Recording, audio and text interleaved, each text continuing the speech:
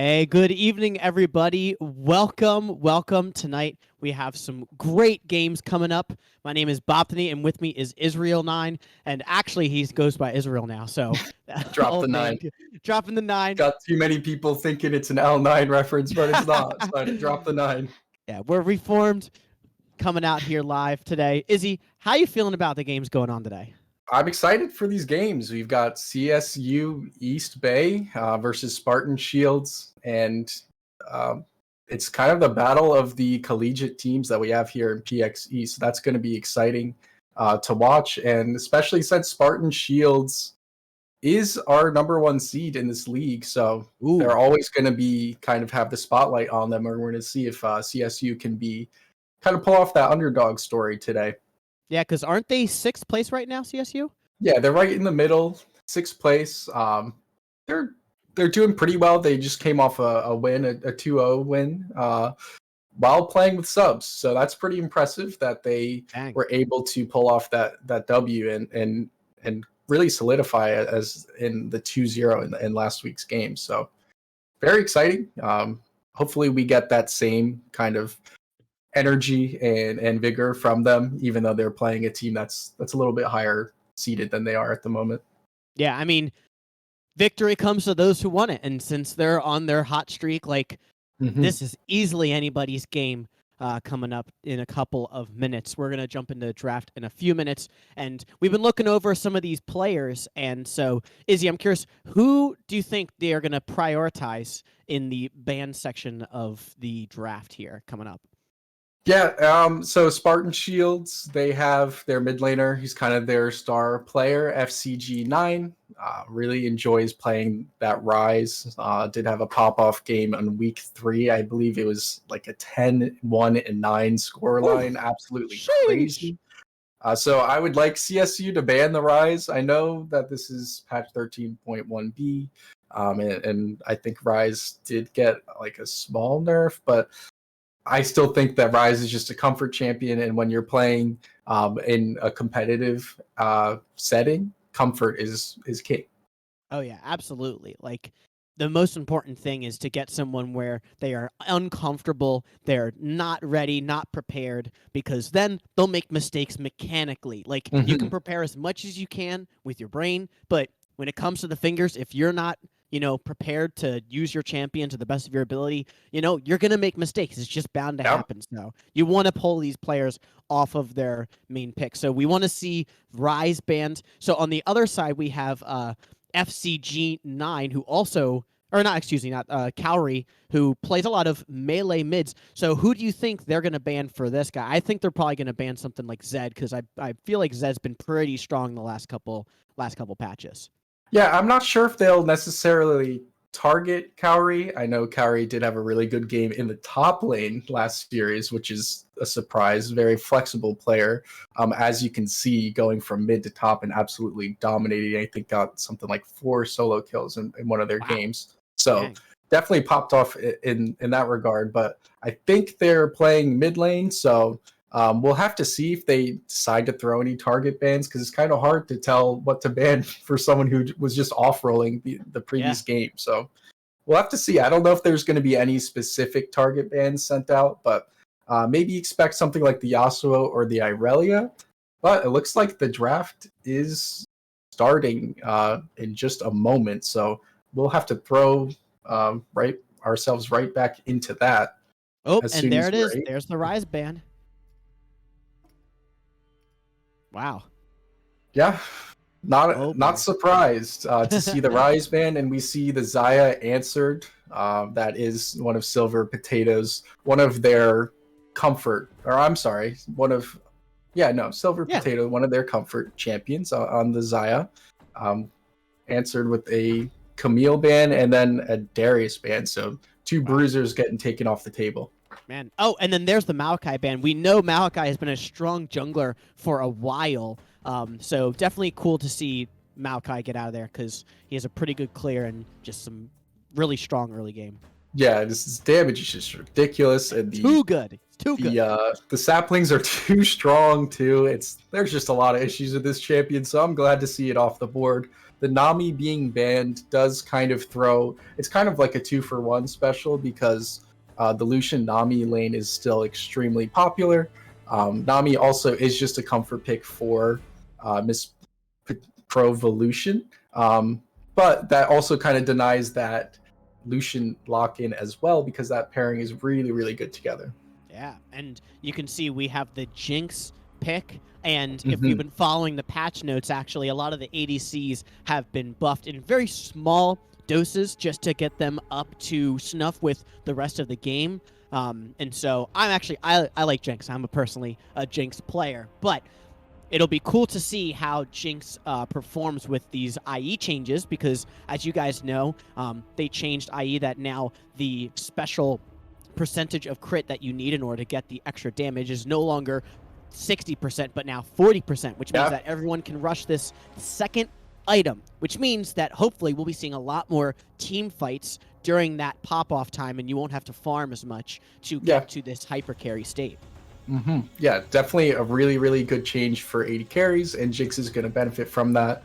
We sometimes will still see Jinx go for a Zeal item second and then IE third, but it does just allow you to have more options, and that's always good to see in League of Legends. Just we want as much agency as possible. That's a good change, a good step from Riot into the right direction, as we see an answer on Spartan's shield sides with Misfortune and Sejuani, and then East Bay answers that with a Janna and a Diana. Wow. So, man, so it looks like they're going to be going for the E-Girl bot lane. Now, this isn't like new. Miss Provolution plays a lot of enchanters and stuff. So I wonder if you were their support and you wanted to go into Janna with a good matchup, what kind of support would you be picking as Sir Comet 123? Oh, looks like we see the Thresh. Thresh. I was gonna say Blitzcrank. Blitzcrank is notoriously really good against enchanters and against Janna specifically. But Thresh can also serve a similar purpose. Maybe not as effective as Blitzcrank, but Thresh just has a lot more options, a lot more versatility built into his kit with the lantern, the flay, and the hook. Whereas Blitz is kind of just a hook bot at the end of the day. So definitely a high value pick in the Thresh, and also just comfort for Sir Comet. Sir Comet likes his hook champions, likes the Thresh, likes the Blitz, likes the Nautilus. So again, we're kind of just seeing comfort for both sides here. Yep. Yeah, and you can see it coming through as well through the bans with the Mord ban for Agashira, and the Victor ban going against our FCG 9 on the side of Spartan Shields. Yep. So they're definitely taking our advice, banning out all of the comfort picks, and it looks like they're actually banning the Yasuo for Calorie. Another comfort pick banned out. So just going to be a high value ban. Honestly, I'm a little surprised they didn't lock in Yasuo and Diana in the picks 2 and 3 for blue side, because that combo is just really, really good for the team fights. And maybe they were worried that Janna was going to draw a ban, and so they just wanted to make sure that his Provolution was as comfortable as possible, and there's value in that as well. But I am a little bit surprised as we see Gwen actually being locked in the top lane. So interesting, Gwen. Now, Gwen hasn't had any big changes like since she got. It's not like she got released and then she got some little tweaks, but she hasn't been changed very much recently, right? Right. Yeah, we've seen some Gwen in pro play, but it's usually an answer to Cassante, who's been kind of a menace in pro play. Pretty good matchup into that. This also is just another melee champion, and Sejuani is going to synergize well with the melee, so going to be able to proc that Sejuani E a little faster with Gwen. And we see Ornn being locked in, just a safe tank, going to be looking to scale. Overall solid pick, as we see this team fight comp is really rounding out with the Diana, the Ornn, the Jinx, as well as paired with an Enchanter champion. So they're going to want to...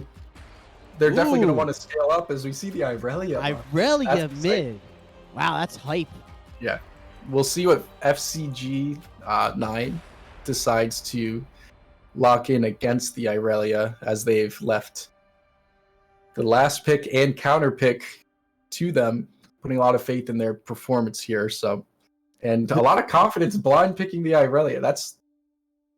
that's pretty ballsy. I'm not gonna Yeah, lie. There's a lot that's a of skill gap if you're picking like that. You're like, I'm trying to win my game, and I don't care who I'm going against. I can do it. I've got the skills. And then you're going against Akshan, and Mhm. Akshan definitely a very slippery champion, Yeah. especially with his stealth. Being able to just maneuver around the map. So hopefully we'll see some roams from Akshan making some big plays down into the bot lane or maybe into a jungle invade. I'm curious, when you have the Diana versus Sejuani matchup, who wins in the level 2 or 3 fight for Scuttle? Scuttle, I mean, it's most likely not just going to be a 1v1, so it's kind of hard to say. But in like the early 2v2, Akshan does have a lot of power in the early 2v2, just with his passive being able to auto attack twice in like a very quick succession, as well as using that grapple to kind of close the gap can be very strong. Likewise, Irelia and Diana are going to be down to scrap it out as well. So we'll have to see. I kind of favor the Spartan Shields early 2v2 just a little bit more, just because of Akshan being so strong and being a range character and being able to kind of dodge out on those Irelia stuns, hopefully. But if Irelia is able to land a nice stun and Diana is able to follow up, then that can absolutely be a very solid early 2v2 scuttle fight. So Yeah, it's going to be very interesting. Definitely these two teams are looking for the team fight tactics. Another game by Riot, but I'm definitely interested to see how Jinx is going to be able to get around because Gwen's going to be trying to get on top of her. Thresh is going to be looking for the hooks. Akshan's going to be trying to flank with the stealth, like Sejuani being able to tank a lot. I'm curious if Jinx will run some sort of ghost technology, just like Voyboy used to do, to try to give herself that mobility, or if she'll go for just a cleanse or something regular to keep herself alive. Yeah, I'd probably expect the cleanse because you got to respect Sejuani, as well as just the hooks are going to be thrown out in the laning phase. I think in the later stages of the team fights, I think that they have enough disengage with Janna that Jinx is actually going to be able to free hit a good amount of times, a good amount of uptime in these team fights, as long as Ornn is able to stay alive. So we'll have to see how fast Spartan Shields are able to kind of tear through this front line of Ornn. And Diana can be a little tankier. We'll see what build that Diana opts into. If it's the Jack Show build, then Diana's going to be tanky. If it's more of like a class cannon build, then obviously not as much so. So we'll have to see what kind of items they opt into, because that's going to kind of dictate how these team fights are going to go. Yeah, and we have finally locked in going in. So based on these two drafts, I know we were talking about how you liked the Spartan Shields comp, but I'm curious, if you were going for a dragon and you had kind of equal territory, who wins this team fight? Like, in terms of once you have all your ultis and you're all set up and ready to go, whose team fight looks the best here? Honestly, I think East Bay's team fight is a little easier to pull off. I think that Ornn just pressing R is a lot easier than. I mean, Sejuani can press her R as well, but she's got to hit the right target. Ornn can hit anybody; it goes through everybody. It's not a single target ability, and I think from there, if it's gonna hit 2-3 people, Diana can absolutely follow up and kind of nuke people with the ultimate. And then Irelia can also follow up on that as well. So I just think on champion ease of execution, I would say East Bay has the advantage in team fights. That being said, if Spartan Shields is able to pull off a nice flank with Gwen, that could put a wrench in all those plans. So we'll have to see how they play it. I'd like to see Gwen flanking instead of playing more that front to back. Maybe even Akshan kind of coming off in from the side, and just kind of have the 3-man unit of Thresh, Sejuani, and MF kind of in the back line, or protecting the MF in the back line. So we'll see how they set up. But yeah, it's going to be an exciting game. Definitely an exciting matchup between these two teams. Kind of the battle of the collegiate teams we have here at PXE. Yeah, it's going to be very interesting, especially because, like, with these two teams, and it's anybody's game. I know we have Spartan Shields is, definitely in a better place, but any Yeah. of these teams can pull this off. They definitely have gotten some good drafts. And without further ado, we're going to hit some breakage here right before we jump into the game. So don't get out of your chair. Stick around. We'll be right back. And this game is just about to start. So we'll be right back.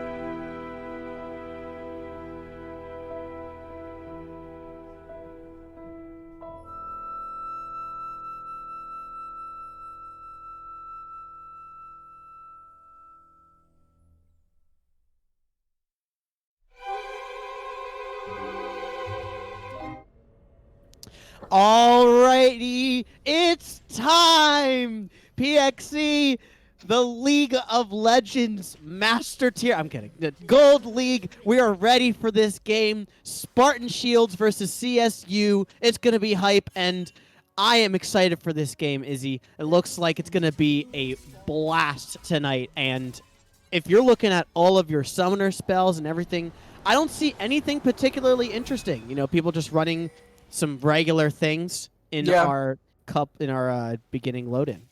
maybe in my opinion, I think that both supports should probably have swapped their summoner spells to exhaust on Janna, maybe ignite on Thresh, just to have some kill kill threat in those lanes, and then Janna just kind of wants to scale up in a later game. Exhaust is going to scale much better than ignite, but that also gives them their kill threat of their own. So who knows? Yeah, But yeah, everything else seems pretty standard. I like that the Irelia and the Akshan have ignite. That means we're going to get some fighting in the mid lane, and that's going to be an exciting matchup to watch between FCG9 and Cowrie on their patented Irelia mid tech. yeah. Love to see it. It's going to be really exciting. And if any of you have been following, we did a quick poll at the beginning, and it looks like CSU is favored for the Dubski. So we'll see if that is actually able to happen, as Akshan's poking out Irelia in the mid lane.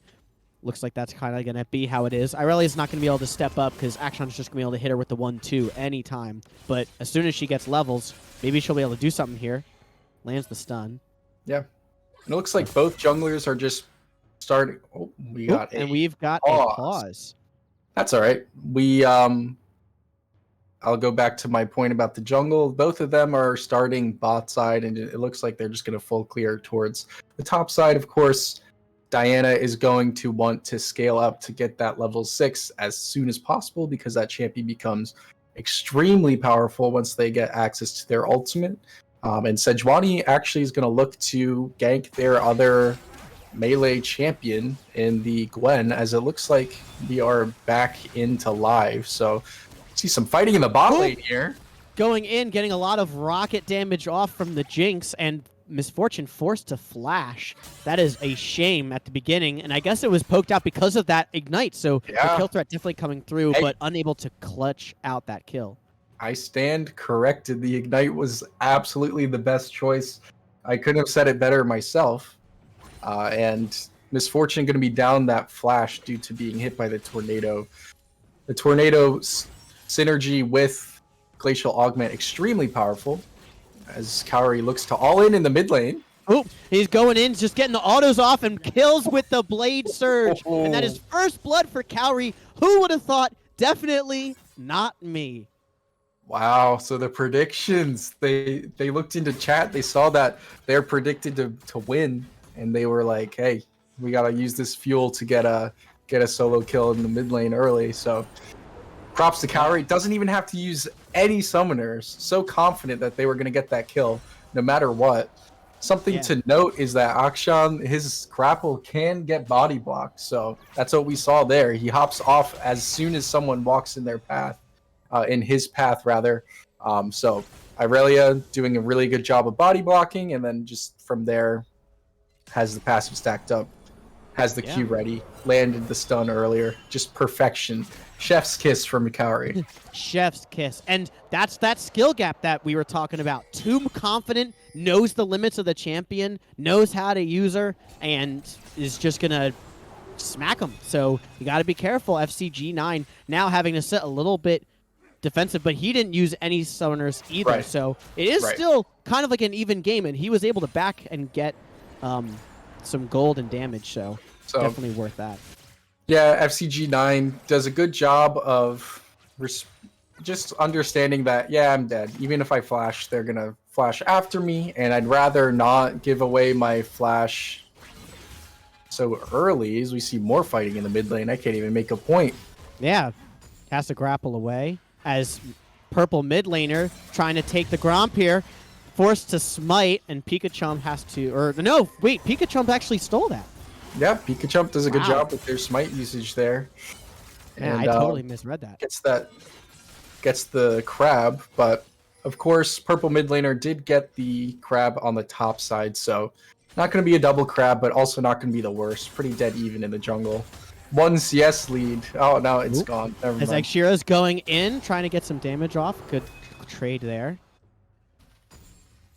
Man, just able to push in. Feels good. This Provolution is just landing tornado after tornado, constantly applying pressure from the brush. doing an excellent job getting Silver Potato ahead, using some creative angles to kind of hide that tornado through the terrain. Yeah, it's forcing Flamin' Shock to take a lot of damage and has to sit kind of back and not be able to go in as the pressure enables Pikachump to go for this dragon here. Yeah, Kaori having priority in the mid lane allows her to rotate over and assist Pikachump on that dragon, which is just going to go uncontested. Smart move on the side of Spartan shields, just to kind of let that go. Don't want to kind of throw the game even further away when you don't have priority in your mid lane and your bot lane is being shoved in at the same time. So excellent play by the side of CSU, taking advantage of that early priority to start the dragon stacking early. Ornn with the horn flash coming in, getting the auto smacking Gwen. Gwen's trying to leave, and Eggshira has to run away because of the tower shots. And King Kimchi forced to recall. Yeah, we'll have the teleport, so I'm gonna have access to the wave, trade summoners of Flash for Ghost. But really, Chad play by Eggshira. Very aggressive. I like it. And I respect going for it because, as we know, Ornn is the best assassin, fighter, mage, mythic abuser champion in the entire game. So, well, ho, be careful because Cassante now exists. That's true. Who knows what assassin tanks now exist in this godforsaken rift. Yep. Also, that's fair. something I noticed was that Diana has elected into buying a Dark Seal early on, looking to get a lot of early pressure and damage. A little greedy, too, because that's a big chunk of change to decide to spend on something that really relies on you having to get a lot of damage off and get kills early on, or else it's just kind of worthless, sits there and doesn't really do that much. Yeah, potentially greedy, but I think that once you get stacks on it, it becomes extremely gold efficient. So for the most, I mean, it's actually gold efficient just getting it by itself. So that is kind of where the power lies. It just gets better. Dang, some aggressive trading in this mid lane here. Irelia just able to get some lots of damage off on this Akshan. Yeah, Pikachump picking up the crab, going back to full clearing. Gonna hit 6 relatively soon. Off this next camp, so we'll see what kind of impact they make with their ultimate, which lane they decide to fight. Kaori all into the mid lane. He's going in, finally uses his summer spells. Akshan with the ulti, but does not do enough damage to mitigate the damage that they had to take. But Irelia forces the flash out because of the ignite, and so now has some pretty decent kill pressure just from mid laner not having. Oh, and here comes the gank. Sejuani looking for something, gets stunned by Irelia going in with lots of damage. She flashes in, gets the blades, able to get the kill because of the Sejuani block. The rocket? Oh, the rocket gets blocked. Mega Death Rocket not able to get enough, and that is a kill for FCG9, and that is pretty good because he gets to live. Now they lost the flash on Irelia, so now it's kind of even again in terms of like kill threat as well as summoner spells. Yeah.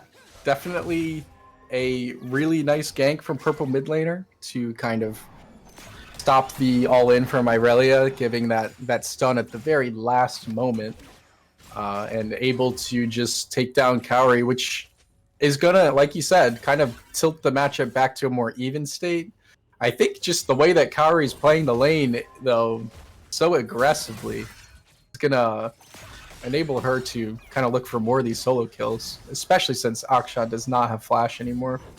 Yeah, and especially if you look at this lane state here, Irelia has the freeze and is able to get the flawless duet off. Lots of damage coming out. The duet, here comes the damage, and that is a kill for Kaori. Solo Bolo in the mid lane. Absolute master, knows when to use the Blade Surge, and that is a great kill. Man, you've heard of the caster curse, but have you heard of the caster blessing? As soon as I say it, it comes into fruition.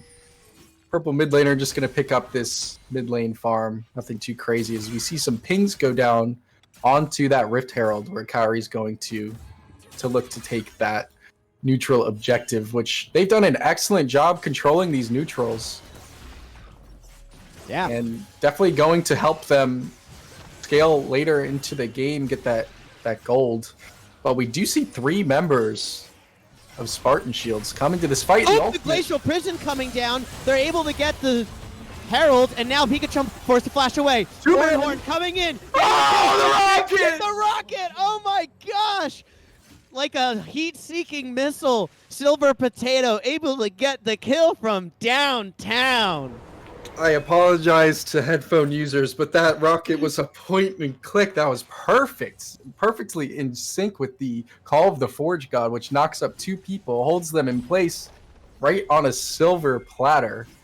Nicely done by Silver Potato to kind of predict where that fight was going to take place in the river. Sometimes Jinx players will just kind of hover over the Baron pit and press R and just kind of hope. But you can tell they definitely looked up there first. No lock screen gamer for Silver Potato. Yeah, that's a great look from Silver Potato.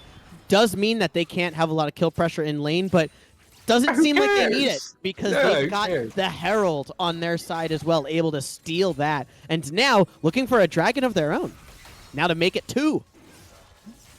Yeah, really good high tempo play from CSU. They are just pushing at any moment to just get as much of a lead as they can and as fast as possible because, hey, they know they're already up 3k gold. Might as well not let off the brakes. Don't give them any opportunities to come back into this game.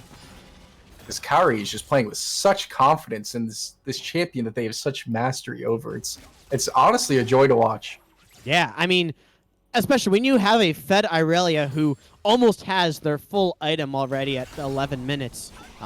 It just allows you to do so much with the champion who's made for, the solo kills, the outplays. Irelia being a high-octane champion definitely allows her to do lots of good work.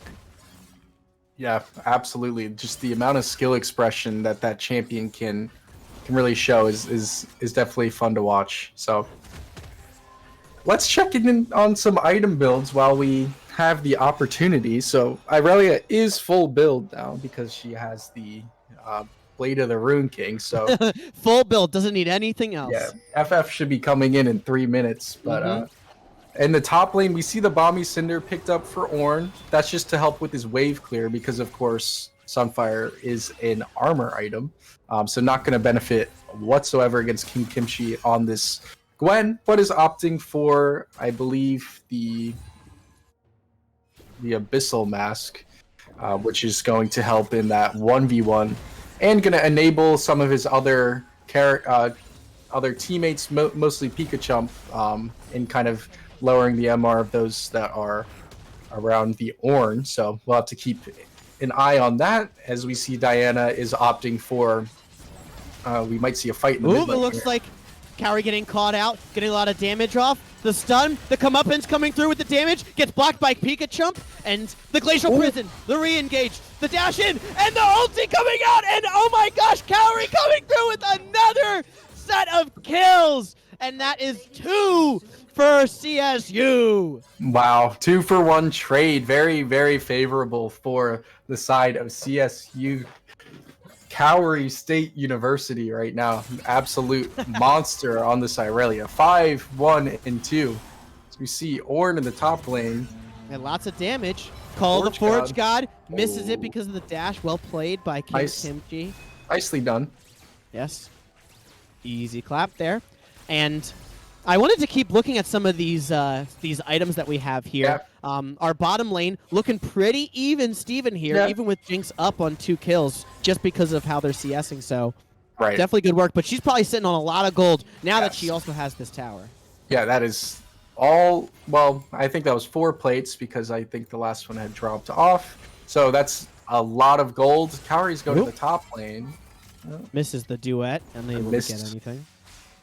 That darn hallowed mist can't hit any abilities in there. So it looks like we are going to have a lane swap, which is pretty standard. Once you get that bottom tier 1 turret out of the way, you send your bot lane to mid and you send your solo lanes to the side. So that's just what's going to be standard here for CSU. It's going to help them get some more priority in this mid lane and potentially set up for this dragon that will be spawning in momentarily. So it's important to note that the objective bounties have been enabled for the side of Spartan Shield. So that is an avenue back into the game. There's a 400 gold shutdown on Irelia. There's a 200 gold shutdown on the Jinx that is being piloted by Silver Potato. They get those plus a turret. That's a pretty big gold swing, but I mean, look at this gold graph, though. That is pretty scary for the side of Spartan Shields.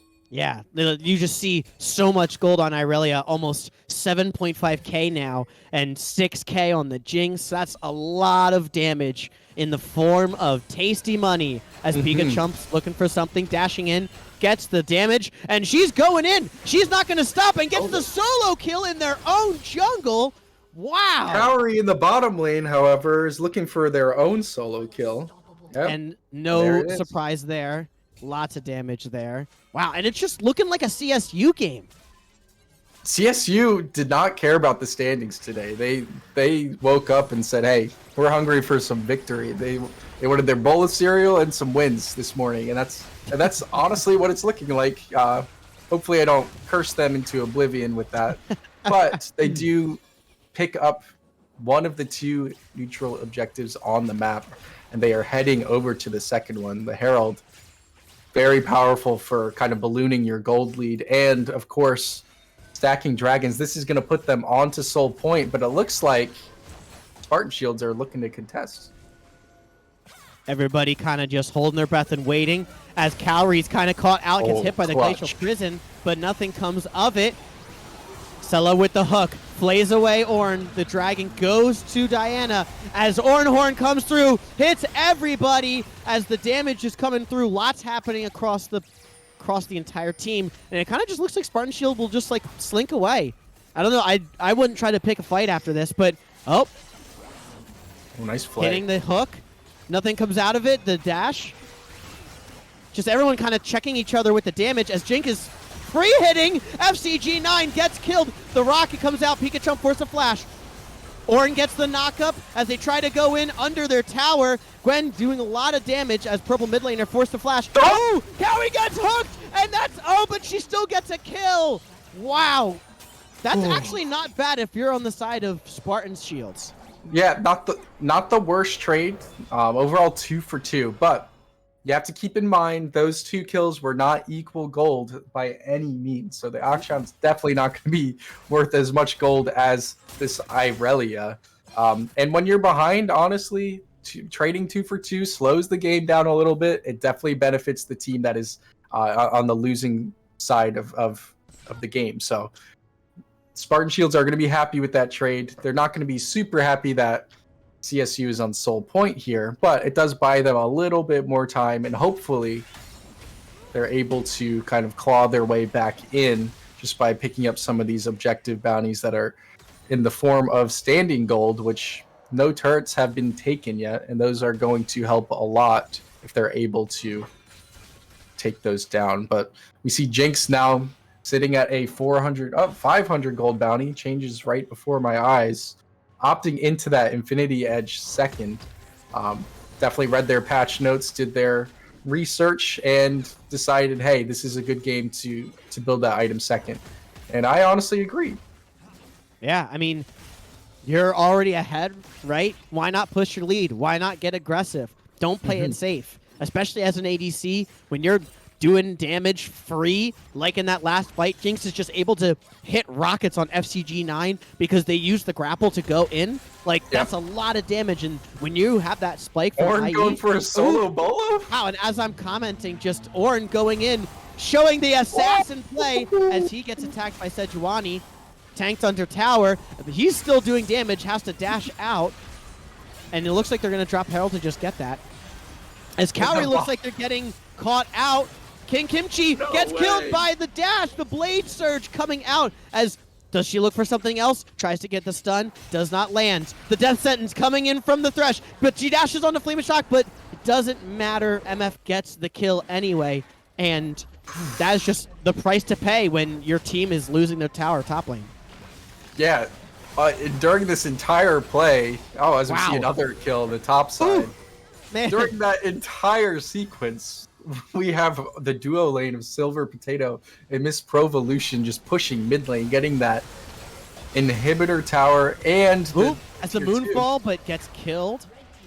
They take the tower, and it looks like they're going to leave as they're kind of forced off. A TP flank. Oh, the TP. Gwen looking for something, dashing in, getting some damage off. The comeuppance from Akshan gets pulled back by the Thresh, and it looks like they That's just another get kill. that The Flaming Shock. Yeah. That's 2 kills, including a smaller shutdown on the Aurelia, but you'll take the 450 gold regardless. And now taking down the Ornn. Is this a Baron call from the side of Spartan Shields? This is a really aggressive play. I mean, you just took out their top laner. Their jungler is still dead. Can they even get there in time? Do they even know what's happening? It looks like they don't even know. This is a Baron sneak. Honestly, I don't even know what to say. This is a great call from the side of Spartan Shields, and yet again, it's going to buy them more time. Can they get their recalls off in time to set up for this dragon? That's going to be the question to ask. Yeah, and if you look at the gold chart, it looks like they're starting to slow that gold difference down. Able to get some farm under their belt. Now that they have Baron, if they use this correctly for the objective bounties as well, you can get a lot of gold coming in, and maybe they might even be able to fight this dragon and keep Soul from falling into the hands of CSU. Yeah, and as we see, Flame and Shock actually on pace with this Jinx, having the same items.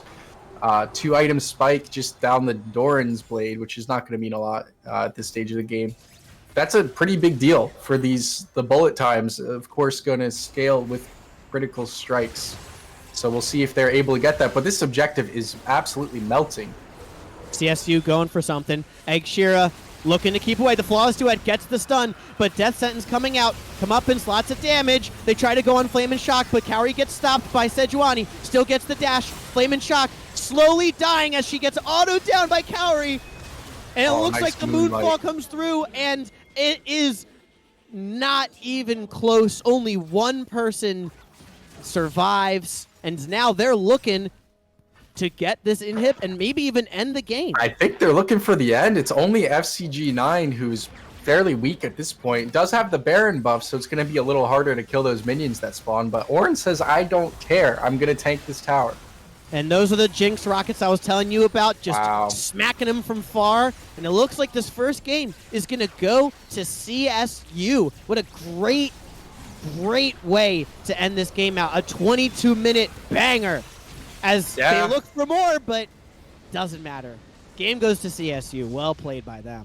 Very, very nicely done. I have just the slightest inkling that Irelia will not get through the next draft. That champion got through 2 phases of bans. I don't think it's going to get past the first phase in this next game, because that was an absolute carry monster performance from Kaori on that Irelia, that signature champion. Ooh, oh my gosh, look at this damage. 19k from Irelia. The next person is Jinx with 13k, and then Gwen with the 12.1k, even under Ornn, who did 12.5k. That is a lot of damage from Irelia. And it just goes to show, when you're on your comfort pick, when you know your limits, and when you know your matchups, you can take over the game, you can 1v9, and some might say, oh, but they played well as a team, but Irelia was able to set that off with the early kills. So definitely well played by Kaori, for sure. Yeah.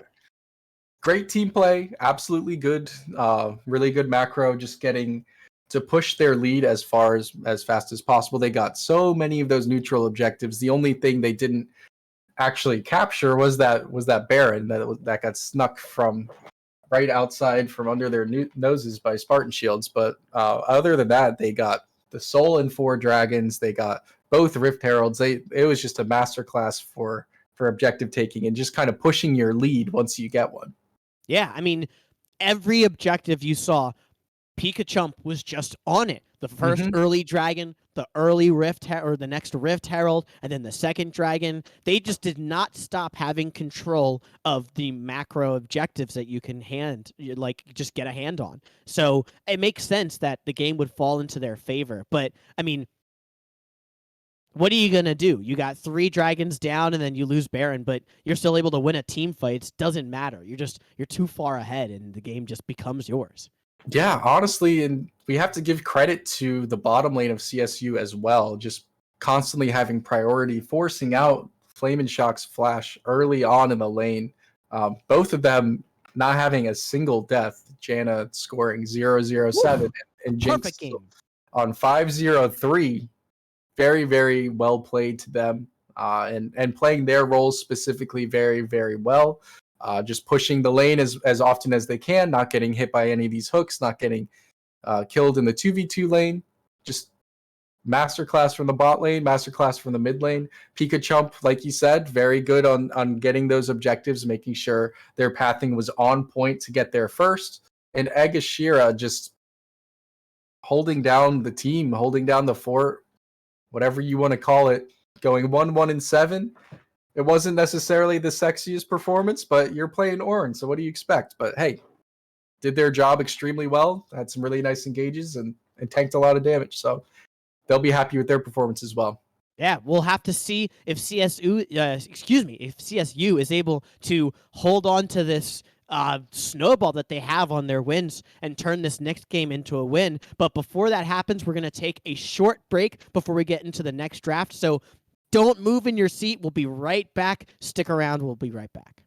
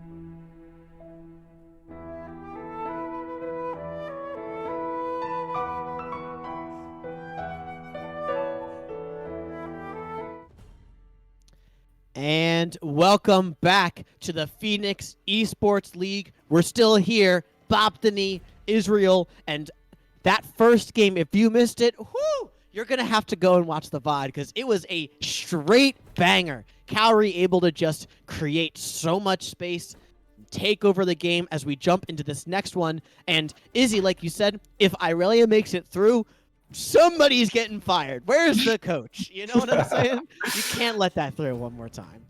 Yeah, unless you think you have a specific counter ready for it, and maybe that's what FCG9 thought. Maybe they were thinking that the Akshan would do fine into it, but it just turns out that Cowrie understood the matchup a little better and kind of used that advantage to push their lead.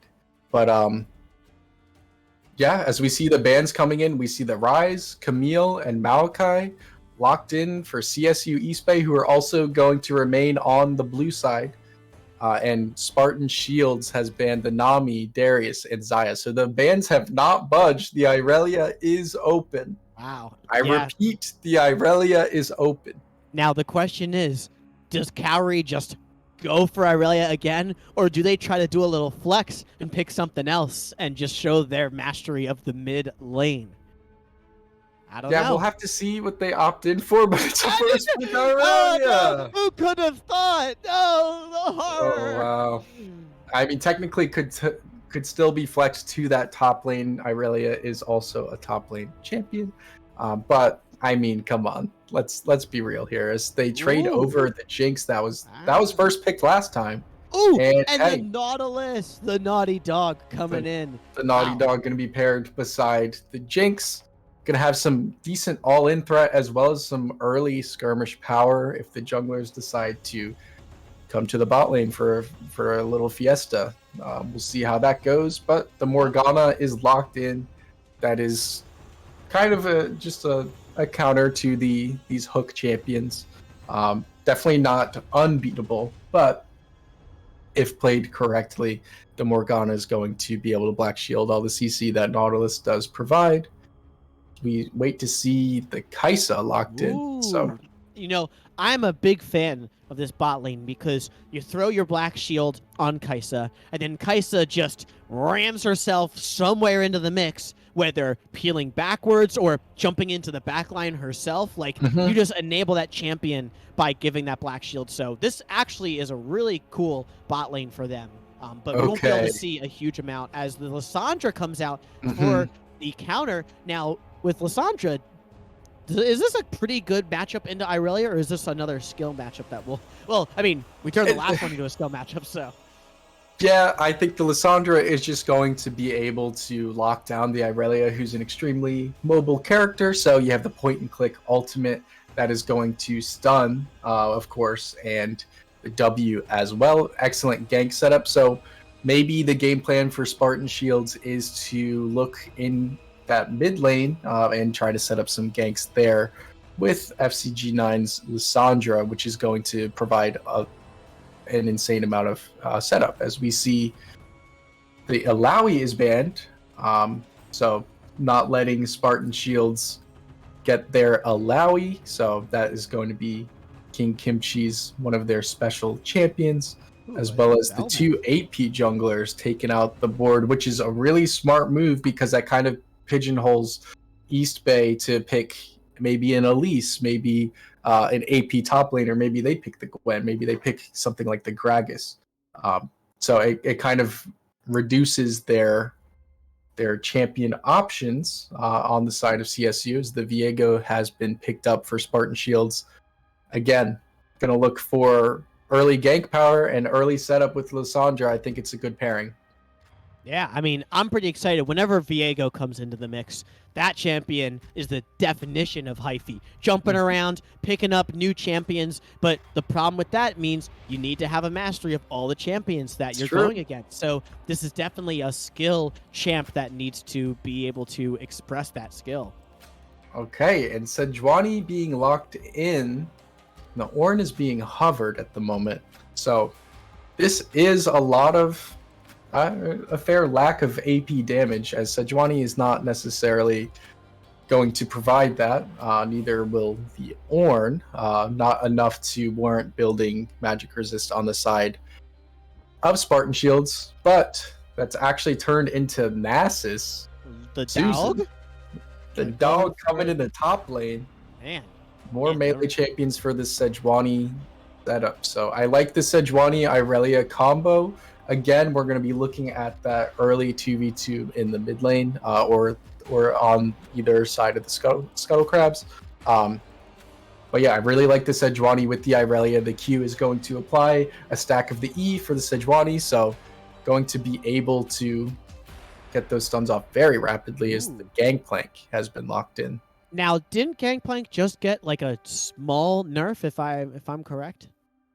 Yeah, they had to do some preemptive nerfs for Gangplank because he's going to be a big time beneficiary of the crit changes because well, he likes Navori quick blades. So all he's got to do is build that Essence Reaver into Navori, and he's extremely strong, has a lot of cooldown, which is another stat that Gangplank really loves. So that's going to be something to keep an eye on as far as item breakpoints, that 2-item spike, if he opts into that build.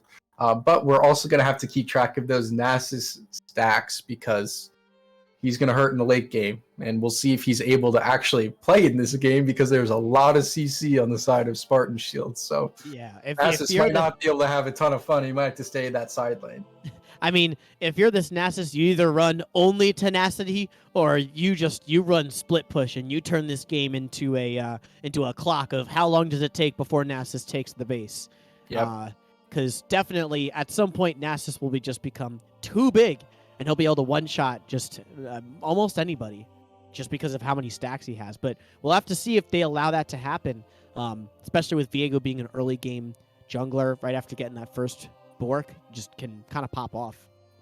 Yeah, so we'll have to keep an eye on these specific matchups, especially on the top side of the map. I don't think the bottom side is going to be that exciting, if I'm going to be honest. Morgana kind of tends to do that with the disengage that they provide.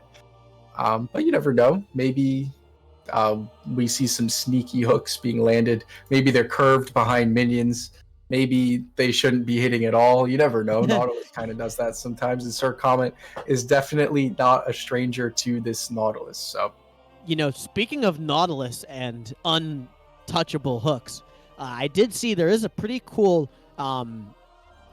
mechanic you can do where you can cancel your auto and then throw out your dredge line right afterwards, and it kind of makes it really hard to, see where what is normally very orchestrated, hook throw turns it into something that becomes a little bit more sneaky. So I wonder if we'll see that, but that's like something that is very, very, very niche. You don't really, use that all the time. Right. So we'll see if Sir Comet will utilize that mechanic to their advantage in this game, but definitely going to be an interesting one to look at because if Viego gets a single reset, it can change the course of the entire fight. So hopefully they're able to kind of play out their comp in just that way. They've got the lockdown with the Lissandra R. They have the lockdown with the Nautilus R. 2 point-and-click abilities that are going to be really hard for Irelia to deal with. Unless, of course, she has that black shield on her back. So we'll have to see where the priority lies with Miss Provolution and Cowrie, whether or not the shields are going on to Silver Potato or they're going on to Cowrie on the Irelia. So we'll have to see. Yeah, I mean, when I look at these two teams, I see a lot of fun team fight, but I also see, because of Nasus being the split push, I wonder if they're going to try to, go for more pick style or just kind of force Spartan Shields into being the ones who have to make the move, right? Because if you allow Nasus to scale, he'll just become a monster, and you can't really let that happen. So even though Jinx scales really well and Gangplank scales extremely well, Nasus can just get to the point where he's knocking on your door saying, hello, the dog is here, you got to answer me, and then suddenly you're no longer in control of the game. So it's definitely going to be anyone's game as we go into this. But I'm curious, just looking at these drafts, who are you rooting for? Who do you think has the easiest time getting this W? It's honestly hard to say. So if this Nasus gets shut down early, gets too far behind, he's kind of useless in team fights, and he's probably not going to get a ton done in the side lane. So we'll have to see how the top lane matchup affects the rest of the map. We'll also have to see if this Lissandra Viego mid jungle duo can start to move around the map together, make plays together, and see how they can snowball this early game. Because I think that if Viego's able to get a few kills early, he's able to snowball the rest of the map. That can be an absolute win con. But again, these team fights are going to be really hard to keep track of on the side of CSU East Bay. We've got some dive from Irelia. We've got Kaisa able to kind of dive into that backline as well. We'll see if Nasus is even joining the fights. Maybe he's just split pushing on the side. Maybe he builds Hullbreaker and just kind of says, hey, later, guys, I'm going to be this menace in the side lane. So we'll have to see how it pans out. I'd like to see some level 1 shenanigans with the Morgana and the Nautilus. That could be exciting. So hopefully we get some of that and not some boring 5-point. You know, that's just too boring. Yeah, I'm looking for that invade. I'm looking for Nautilus to take the game into his hands, and we'll have to see if they put Nasus into the pound. But before we see that happen, don't move away. We're going to take a small break, and we'll be right back for this next really incredible game. Will CSU be able to keep the hot streak? Will Spartan Shields come back and bring us into Game 3? You'll have to find out. Stay tuned.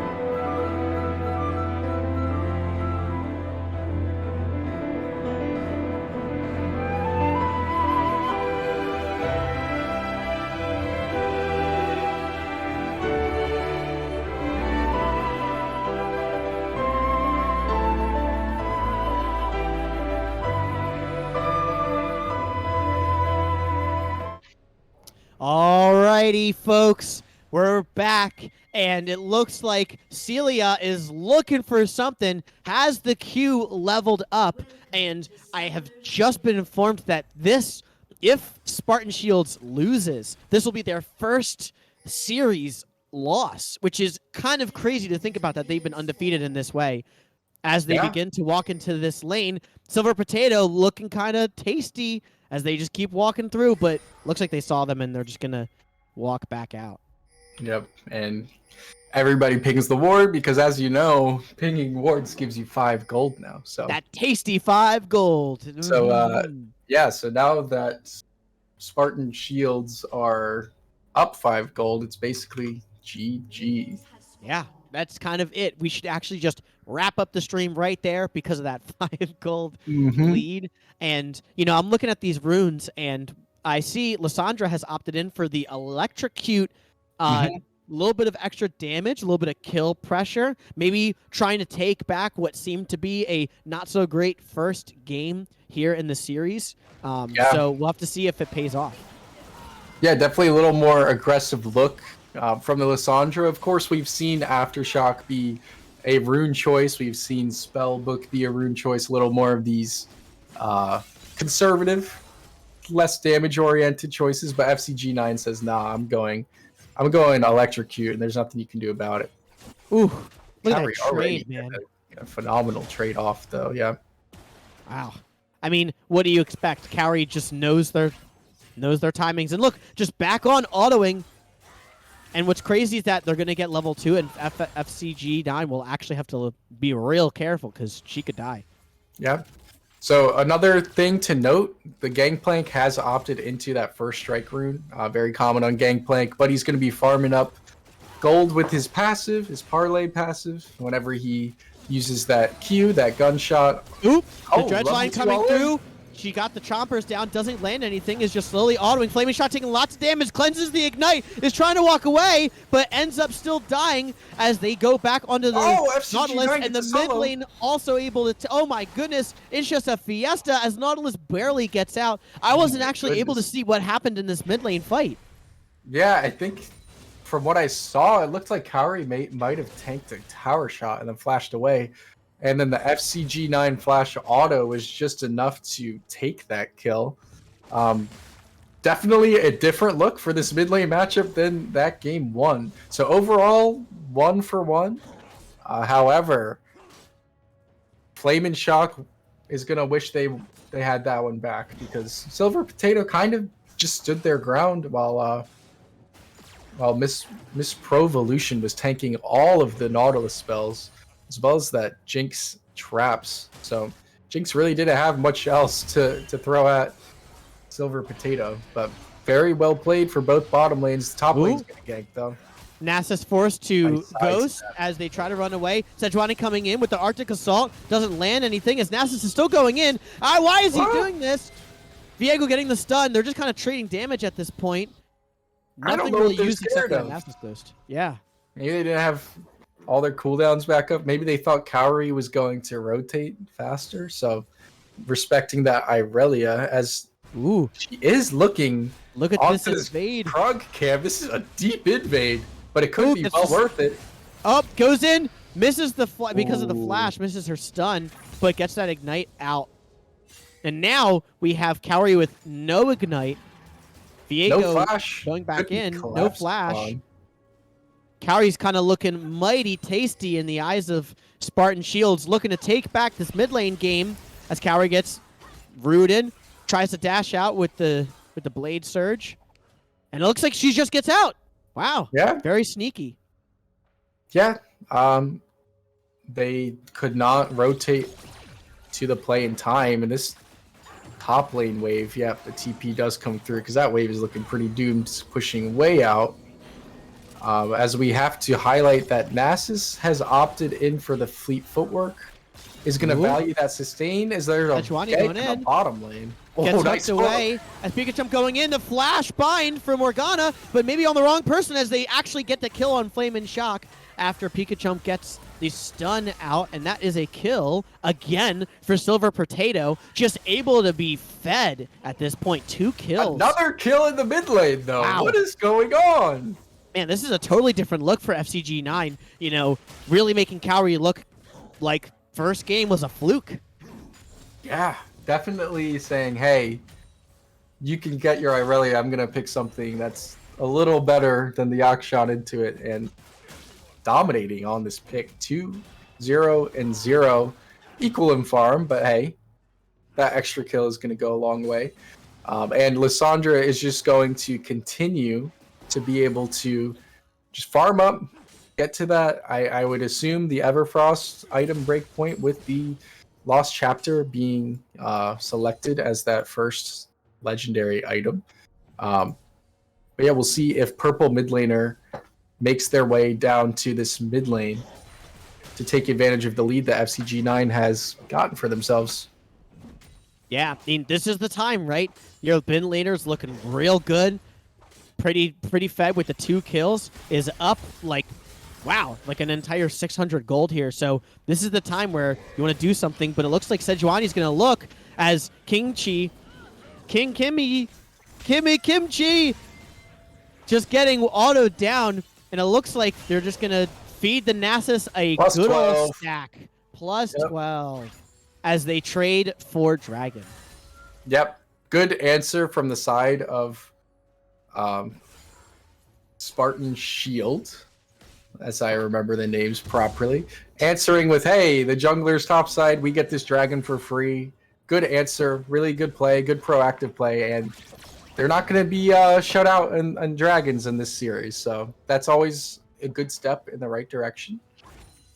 So Yeah. we continue to see this bot lane kind of take bigger and bigger lead for themselves. Silver Potato sitting 2-0-0. Ooh, as Carrie's going in, Lissandra forced to take the path out. Man, this game is just action-packed. We see an invade on the top side, even the Sejuani going to take that jungle camp. Nasus taking their recall. Everything seems to be going fairly normal. We'll have to see which builds this Nasus opts in for. Caulfield's Warhammer, I believe, builds into Divine Sunderer, so I'm thinking that might be the route that they take. We'll have to see. Ooh, Carrie goes going in, again. and now Viego coming to protect, as it looks like Carrie will end up getting slain by Viego, and he takes her form. Another kill on the side of Spartan Shield. Yep, and that's exactly kind of what we were pointing out and before the draft, or during the draft. It was this really, really good gank setup for FCG9 for the Viego to just walk in and just free hit, essentially. Because Kaori was definitely looking to aggress in that trade, but was not able to due to purple mid laner being there and just kind of chaining the CC well together. It's important to note that King Kimchi also invested their ultimate into that, which was, I think, the right move. Got an assist on the board for GP, continue stacking up that gold for him. He loves his gold. He's a very greedy pirate. But we'll have to note that that is not up for the bot lane fights that will ensue. Yeah, I mean, definitely means that they can look for something, especially because now Silver Potato with a lot of gold and some good damage under their belt. It looks like they're about 800 gold above Jinx, even though they're equal in item roundabout, but sitting on a lot of gold here. As it looks like they're pinging this Rift Herald. I wonder if they'll look for it, but Kaori's got the mid lane pressure, so they can't really go for it right now. Yeah, we'll see if this leads to anything. This could potentially be a 3v3 skirmish in this topside jungle. Nasus is going to be able to get there at the same time as Gangplank. Ooh, Kaori going in. Glacial Prison coming out. Kimchi able to cleanse it. As they're jumping in, Kaori forces the flash from Kimchi as they get the kill on Sejuani. Purple mid laner just going off, taking forms, getting names. Woof, woof. Nasus goes down as it's a 3-0. And holy moly, this game is looking so much different. Yeah, this is a completely different look. They are playing with no fear. They don't care that they're down 1-0 in the series. They're still down to fight. And it comes back to this Lissandra pick completely shutting down the Irelia before they can make an impact in the fight. Purple mid laner escaped narrowly, was getting all in by Kaori, but FCG9 says, no, you don't get to do that. And they're going to get the kills, as well as the Rift Herald to boot. And it's important to note that Flame and Shock actually managed to get a kill down there, or I'm sorry, up there with their Super Mega Death Rocket. So we just got snipers in this game. As Kaori is looking out, Everfrost. gets hit by the Everfrost, forced to flash. Are they going to try to dive? Frozen Path hits her, but she does not take it. And it looks like they're just going to drop Herald and then give themselves what they're looking for. Yeah, I'm not a fan of this, actually. I think you should hold it for when the dragon spawns. I know you just want to get that quick gold, but you usually are going to want to hold it so you can guarantee mid-prio they have to answer it, or they have to go to the dragon and just lose their turret. So Not a huge fan of that use of Rift Herald, and that is a stopwatch. Uh-oh. I don't know if that was on purpose, but maybe it's just some BM saying, "Hey, look at me pose. I'm a gold man. man, I've look at got a that lot of parlay gold, damage. and I can turn to gold too." Um, but this next dragon that will be spawning in under a minute is something we're going to look into. But Oh, the Glacial Path aggresses. lands, gets the Everfrost. Cowrie trying to get out, dashing onto some minions, can't get enough damage, and that is a kill, actually, for Kim Kimchi because of the barrage. Yeah, okay, good use of the cannon barrage again. It just seems like Cowrie is not respecting the CC that's coming out from FCG9, and just not really respecting the fact that they're down 0-4 heading into that fight against an entire mythic item completed. Definitely not the same as game 1, but there's still a chance to have them kind of bring it back, but that is dragon number 2 locked in. So again, completely different game. All of the neutral objectives going into the pockets of nice barrel chain. Every time I see Nautilus throw out a dredge line, I get excited. That chant makes it look real fun, for sure. And if we look at this gold difference right now, we have about 2k gold, but if you look at on the side of Spartan Shields, you'll see some bounties up in the top lane, jungle, and mid lane. There's a lot of damage difference. As the dredge line comes out, hitting Miss Provolution, she goes for the shackles, but doesn't end up getting anything. First a flash, another heal. Oh, and the flash auto from Celia. Another damage onto Silver Potato, getting smacked by Flame and Shock. Bound because of the... Oh my gosh, he knows how to use the champions. And it's a 2-0. Oh, the top side, though. Looks like they're trading another kill over here as that stack goes to Nasus, plus 12. And now in the mid lane, they are just saying, hey, they got some major FOMO in these other lanes. They just want to be fighting, too. Yeah, gimme kills. That's all I hear them scream. If I was in their voice comms, I'd just, gimme! I want the kills! For sure. That's what that is an ultimate invested from Cowrie, so her kill threat is way reduced now. FCG9 smartly, intelligently keeping their own ultimate, not being tempted to throw that one out there, as we see Viego in the jungle against Pikachamp. Pikachamp's going to get out there fairly easily, but Viego does have access to his own sword, Blade of the Ruined King, being purchased by the Ruined King. Definitely synergizes extremely well with his kit, as you would hope. When they name an item after your status, you would hope that you'd be able to use it. You know what I mean? I feel like lore-wise, it's kind of like you have to. Yeah, you got to. So definitely a really good spike. Gonna be have a lot of value this game, just against the Nasus, as well as against the Sejuani, who are both gonna be stacking a fair amount of HP. As we see in the bottom lane, some aggression coming out, but it's not amounting to anything. Celia can't sleep, getting in their roam duties while the wave is in a decent spot bot lane. Like to see it, clearing out some vision. And our eyes should be on this next neutral objective. But the mid lane right now, we see potential. Lots of damage, lots of stun. Pikachump unable to move, forced to flash. Flawless Duet coming out. Tries to get some damage down. The Glacial Prison holding purple mid laner, but it's not enough. Cowrie goes down. Just doesn't have the damage like she had from before to make anything happen. Yeah, at this point of the game, actually pretty well before this point of the game, first game of the series, they had access to that Blade of the Ruined King, so definitely not going to do the same amount of damage when you're just sitting on those components. But the item has just been completed, so that is at least a bright spot for the side of CSU. Oop, Judge Line hits. Silver Potato just locked down. CC after CC as Flame and Shock flashing in, getting lots of damage, and that is a double kill for the Crazy Inventor.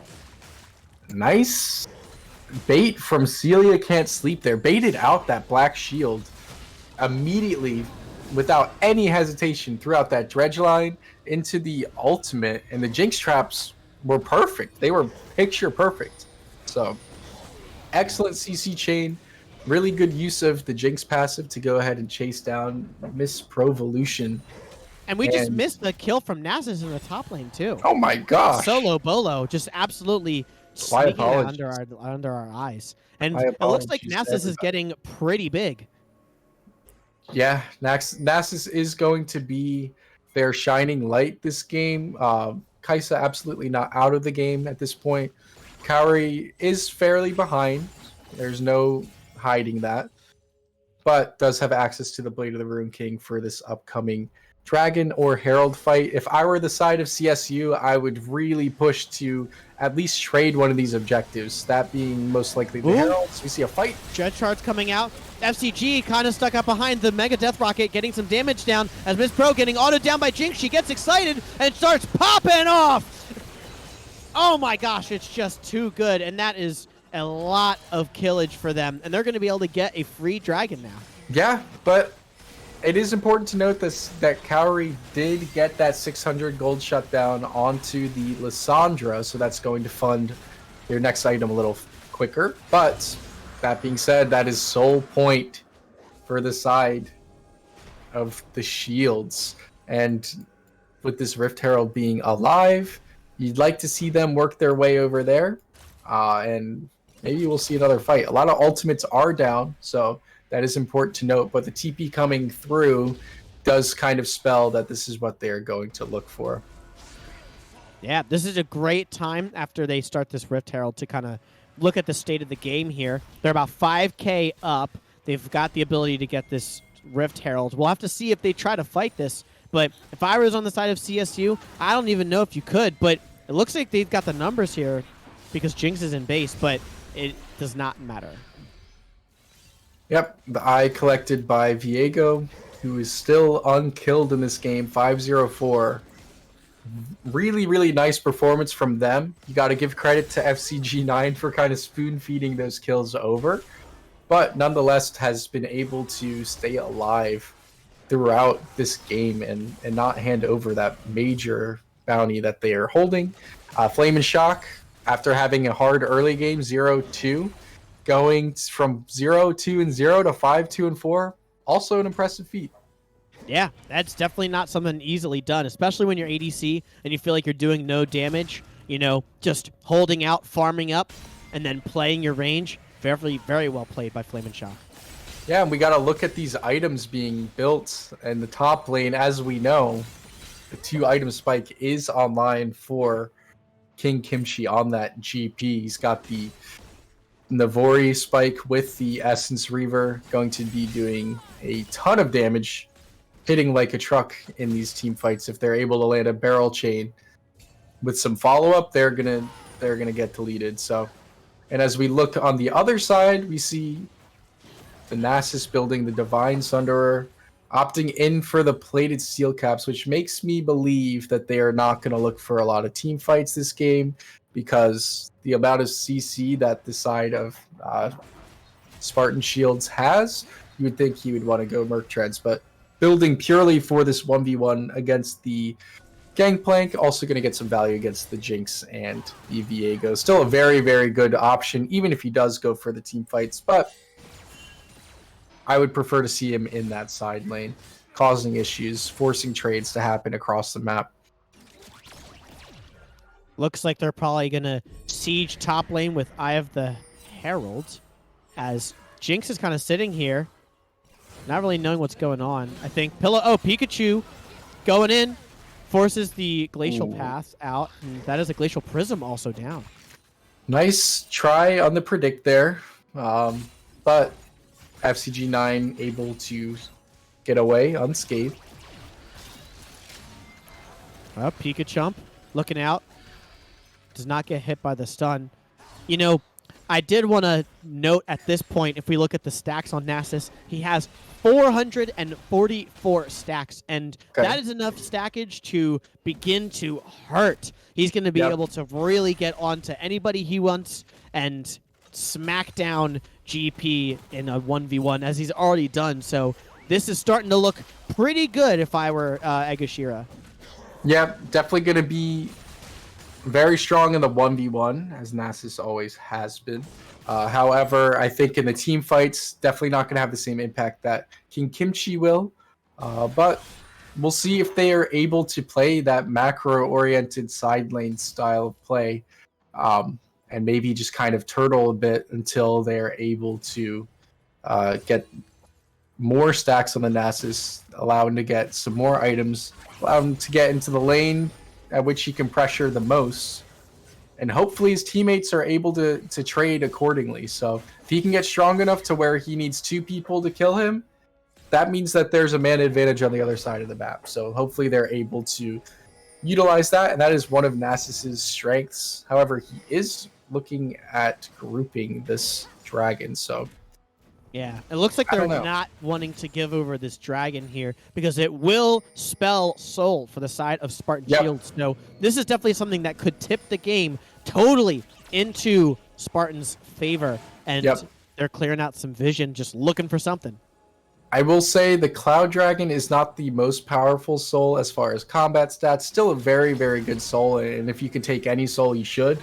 However, this is not going to spell immediate defeat. Ooh, Glacial Prism almost blowing up Diego, and oh my gosh, Kai'Sa just goes down as it is an absolute slaughter. Jinx is able to just keep free hitting as it becomes an entire ace for this team, and Spartan Shields is able to take the soul from CSU. That was not even close. That is the perfect ace. Clean ace. King Kimchi is going to TP to that top wave, going to push that in, and they're heading to the big purple worm, and this should be theirs completely free as they were able to get that full-on 5-for-0 ace. Honestly, I blinked and I missed Silver Potato's life right in front of my eyes. I don't think they were even able to use that ulti to get out and get that shield. They just turned from a person into dust. As up, look, there it comes out as she's trying to get the kill onto GP, and she's able to get it. Nice trade, a little bit of greed and overstay from King Kimchi. Oh, the Mega Death Rocket! A sliver of health, 20 health. And you'll have to say, just absolutely calculated. You know, Kai'Sa definitely knowing her, her range and health. Knowing Silver Potato actually walked into it. They just knew that they were going to live, and they were just 100% fine the whole time. Yeah. But this Baron getting picked up, we see that gold lead going to 9,000. That's hard. That's pretty hard to come back from. I'm not going to say it's impossible because you never know. Someone could disconnect at a bad time in a team fight, and maybe they forget to pause. You never know. Yeah. But we look at these score lines: 6-0-7, 7-2-7, 0-0-10. Just popping off on this mid jungle and the bottom lane. Not to say that King Kimchi's not making an impact, because they absolutely are. Pikachu looking for something, but it looks like they're kind of caught out as Pikachu gets just annihilated. FCG9 trying to get something, but is unable. And it looks like they're just going to take this tower for free. Pikachu, trying their best to try to get a pick, get caught, get somebody caught out, but it doesn't really matter. They're just not enough damage, and they're kind of split across the map. So yeah, definitely kind of a Hail Mary play. Flamin' Shock immediately cleanses it. Is not in any. Oh, look at the dredge line! I'm sorry, that was a max range hook. Yeah, great hook. Doesn't really amount to anything, however, as this Nasus is getting up the death charge. Nasus goes down, just absolutely attacked as Miss Provolution locked into place from Nasus, and I'm gonna say this is a sub gap, gonna be honest, as Cowrie's trying something top lane, but it doesn't matter. That barrel damage is too much, as it looks like this game is just slowly falling into their hands. Yeah, I think this is it, honestly. I think that they don't even need King Kimchi to end. Pikachu gets just absolutely annihilated. Just can't even move. Just gets locked down. So much CC. Yeah, and that is going to be it. So they are another hook lands. This guy's hacking. Celia can't sleep because she's too busy hooking. You know what I'm saying? Just out here. 0-15. Man, oh my gosh. Again. Man, so we go from one stomp to another. Not a 2-0 though. It's a 1-1, and we're heading to the coveted Silver Scrapes Game 3. So tune in. Wait a second. Isn't that game 5? Wait a Don't minute. worry about it. Don't worry about it. You know, I have to say, just watching that game, it just felt like Nautilus was able to do so much more. Now, granted, a lot of gold, a lot of damage, but just always hitting the hook, always getting to start that fight in the way that they need to, just puts them into a great place. So like Celia, well done. Like a lot of really good engage there from you. Yeah, extremely well played. Both sides playing really, really well. And honestly, kudos to Spartan Shields for not giving up whatsoever. So they, after that first game being pretty one-sided, you can be prone to kind of being a little more emotional to your response. It might affect your gameplay. We did not see that at all. Nope. FCG9 was like, "Hey, I'm not gonna just roll over and give you this lane for free. I'm gonna pick a champion that I'm a little more comfortable on, maybe something a little easier at countering the Irelia, get some nice point and click in there." And honestly, purple mid laner kind of ran with it, did the rest. So props to this mid jungle duo kind of coming back from a pretty hard game one, but they absolutely shined in this one. Yeah, I mean, if you take a look at the two games as a whole, first time CSU just slowly snowballed and turned all of their advantages into wins, and in this game, Spartan Shield's able to do the same. And just like we said before, anyone's series. This is Yeah. anybody's series. And this will prove true as we'll go into game 3 and we'll have to find out who the real mental fortitude players are. Will we get to see Spartan Shields turn this one win into the next and then claim the series? Or will CSU be able to come back from this loss and flip it back around? You'll never know. And the only way you'll find out is by sticking around. So don't move away. We'll be right back right as we get back into the draft of the third game. We'll be right back.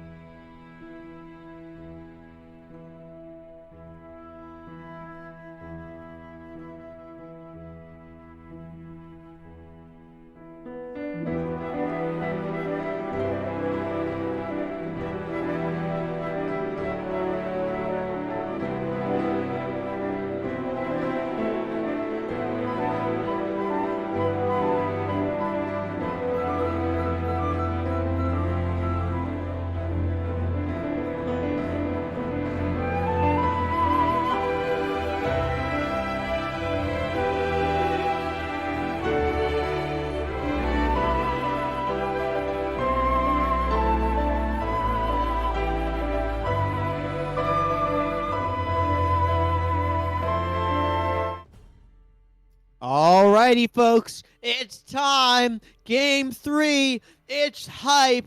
We're going to see who actually can take this series into their win as we go into the draft. CSU, Spartan Shields, after these two monster universities able to just put on a great display of what it means to take an early game and turn it into a W. I'm really excited looking into this next game. Izzy, what do you think CSU is going to try to do in order to turn this game back into a W just like the first one?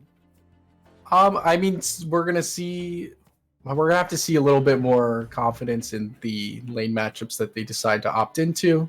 I think that giving over the Jinx was kind of a mistake. I think that they could have picked Jinx first and still gotten the Irelia regardless. I don't think they needed to rush into just first picking the Irelia. I think they were a little too hypey on that one. As we see, Spartan Shields have taken it away again. Wow. And Jinx was a really, really big factor in that win as Kai'Sa's being locked in again, which, not to say that Kai'Sa didn't do anything that game, because Kai'Sa did do some work in the early stages of that lane, but definitely not as much DPS as far as the AoE is concerned that Jinx can deal. So we're gonna have to see what they draft around the Kai'Sa. I'd like to see a little more dive. That might be helpful. Maybe do some full dive comps, and you can have Kai'Sa go into the backline. But CSU is going to run it back with the Kai'Sa and the Morgana in the bottom lane. Yeah, they must be feeling pretty confident about this bot lane matchup because they kind of just jump right into it and then end up giving the Viego back over to Spartan Shields. So I'm curious to see, now that CSU kind of knows what they're going for, will they try to pick the Diana here? Because it did not get banned, and it looks like they elect for it. Yeah, I like this kind of change, this adaptation. Spartan Shields, however, is kind of looking at completing the full Salty run back, their same comp as the previous game. East Bay, or CSU East Bay is going to say nope, because Lissandra has been taken off the table.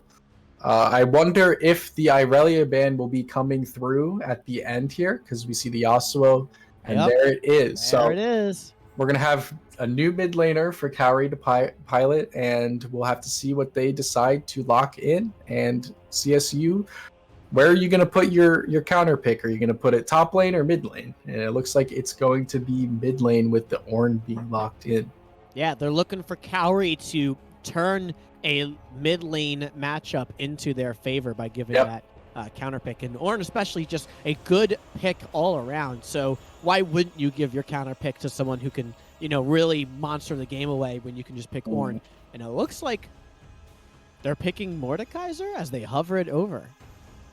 Yeah, locking in AP champions against Ornn is actually pretty effective. Ornn really likes to build the Iceborne Gauntlet, and that item only gives you armor. So Mordekaiser, going to be a good answer. Also just does pretty well into tanks in general. Going to be able to isolate that Ornn, potentially that Diana. If Diana jumps in and gets a nice ulti on a 3 people, Mordekaiser might say, no, you don't get that. So we'll have to see how that's played. And the Ziggs is also locked in. So artillery mage, and we'll see how Kaori decides to counter this pick, because I think Ziggs can be fairly diveable as the Zed gets locked in. I was gonna say, I was like, if this is the chance to break out the Zed, you better take it, because you're gonna want to jump on them. But Zig is gonna have to run exhaust then. So that's definitely a given there. Potentially, maybe barrier, maybe not. Maybe they greed and go for TP. Who knows? Ooh, we'll have to find out. These are some interesting team compositions, because if I'm Viego, the only place I can really go is potentially bot lane. There's not a ton of setup. Maybe in the top lane if the Ornn decides to overextend, but with that unstoppable on the Ornn Bellows Breath, the pullback cannot be completed. So the gank setup is very minimal. Zed, of course, is an extremely slippery champion, very mobile with the shadows. And of course, Morgana exists in that bottom lane. So any CC is going to be blocked by that black shield. So maybe it's a farm up game for Viego and hope they can lock down a single target in the late game team fights like they had just done in the last game. We'll have to see. But very exciting to see a completely different look for FCG9 on the Zig. So it's played 3 archetypes of champions in the series, showing their flexibility, starting with the marksman, going to that more CC heavy control mage style, and now into the artillery mage subset of mid lane champions. So we'll see how they do piloting the bomb throwing madman. Yeah, I'm definitely looking forward to seeing their team fight because, as you said, it's going to be hard for Viego to gank, meaning that Orange is going to be able to kind of farm up. Kaisa is going to be able to farm up just like she wants to do because she's a hyper carry. Mm-hmm. Zed is going to be able to try to look for something mid, maybe if Diana comes there. Yep. But definitely going to be an interesting, different kind of play style. And just like you said, it is cool seeing just the flexibility of champions on of players on different champions. Yeah. Just keeps it interesting, you know? I mean, yeah, we saw the bot lane pick the same champions, so maybe not for them, but for the mid laners, it's cool to see, you know, them pick those interesting champions, as well as, Mordekaiser, definitely very cool, has a lot of play here. He could take Ornn out of the fight. He could take Diana out of the fight. He could take Kaisa out of the fight. Just making it so that you have a lot of opportunities for Jinx to just start free hitting if you can't get jumped on by the Kaisa, if you can't get jumped on by the Zed, if you can't get jumped on by Diana. It makes it pretty good for them. And I do like this adaptation going back to the Ornn, going back to the Diana, making these are easy go buttons. They're easier to start fights than some of the champions they were on in the previous draft. So we'll have to see how their execution is. But this also gives Kaisa a little more agency to kind of dive into that backline with Diana, with the Ornn ult coming through. Those CC targets absolutely can be a nice way for Kaisa to have access to the backline. We'll see how that is played. And of course, we're going to have to keep an eye on Kaori Zed to see if they are able to find those interesting flank angles or those side kind of brushes. Hopefully someone will face check them, see how they're able to pull off an assassination onto the Jinx, the Ziggs, or the Viego. So we'll have to keep our eyes on this mid lane matchup again, as it is a completely different one, a completely new one for both of these players. So going to be an exciting game 3, and honestly, we'll see if this this college university showdown results in Spartan Shield's first series loss rather, or will they continue to reign supreme on the top of the standings? Yeah, it's going to be definitely interesting to see the outcome of this. I'm curious if you had to bet money on who would come out with the W just from these, if you didn't have to look at skill, if you're just looking at the team comp themselves after talking about what we've talked about, who would you put money on to take this win? I'd probably say East Bay has a better chance. I think that their comp is, again, just a little easier to play. I think that's really valuable. I think that if Zed is able to have a Black Shield on to him before he enters into that backline, tries to kill that Jinx, he's going to be able to get a lot done that can't really be answered because he's going to be immune to all that crowd control. So the peel ability from the Nautilus, the Mordekaiser, the Ziggs, whatever, can completely be negated by that Morgana Black Shield. So we'll see if Zed is actually going to be a target of that ability, and that could be a way to help Kaori get some of those assassinations off onto Flame and Shock's Jinx.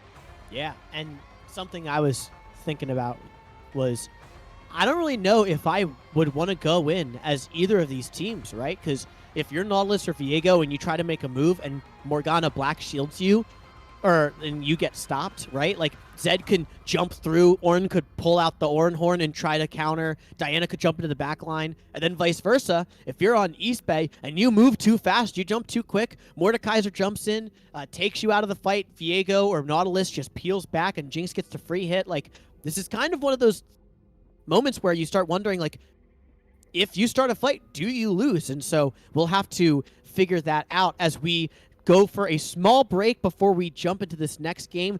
Don't move out of your seat. You want to see the climax to this insane series. Who will win, CSU or Spartan Shields? We'll be right back.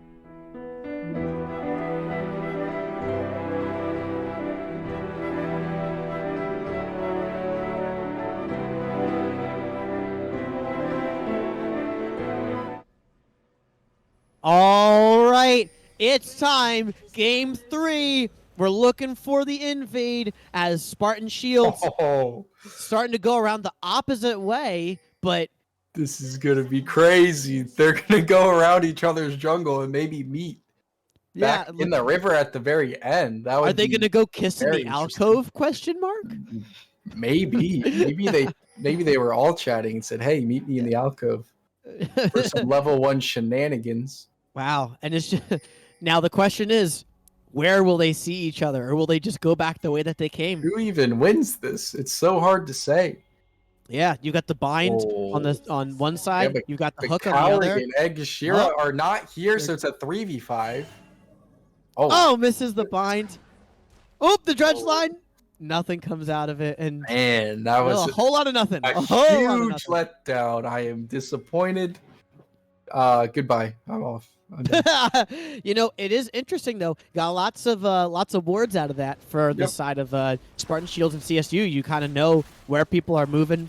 Yeah. So some good. Great vision in the red side jungle onto the blue buff. You see two wards in the same brush.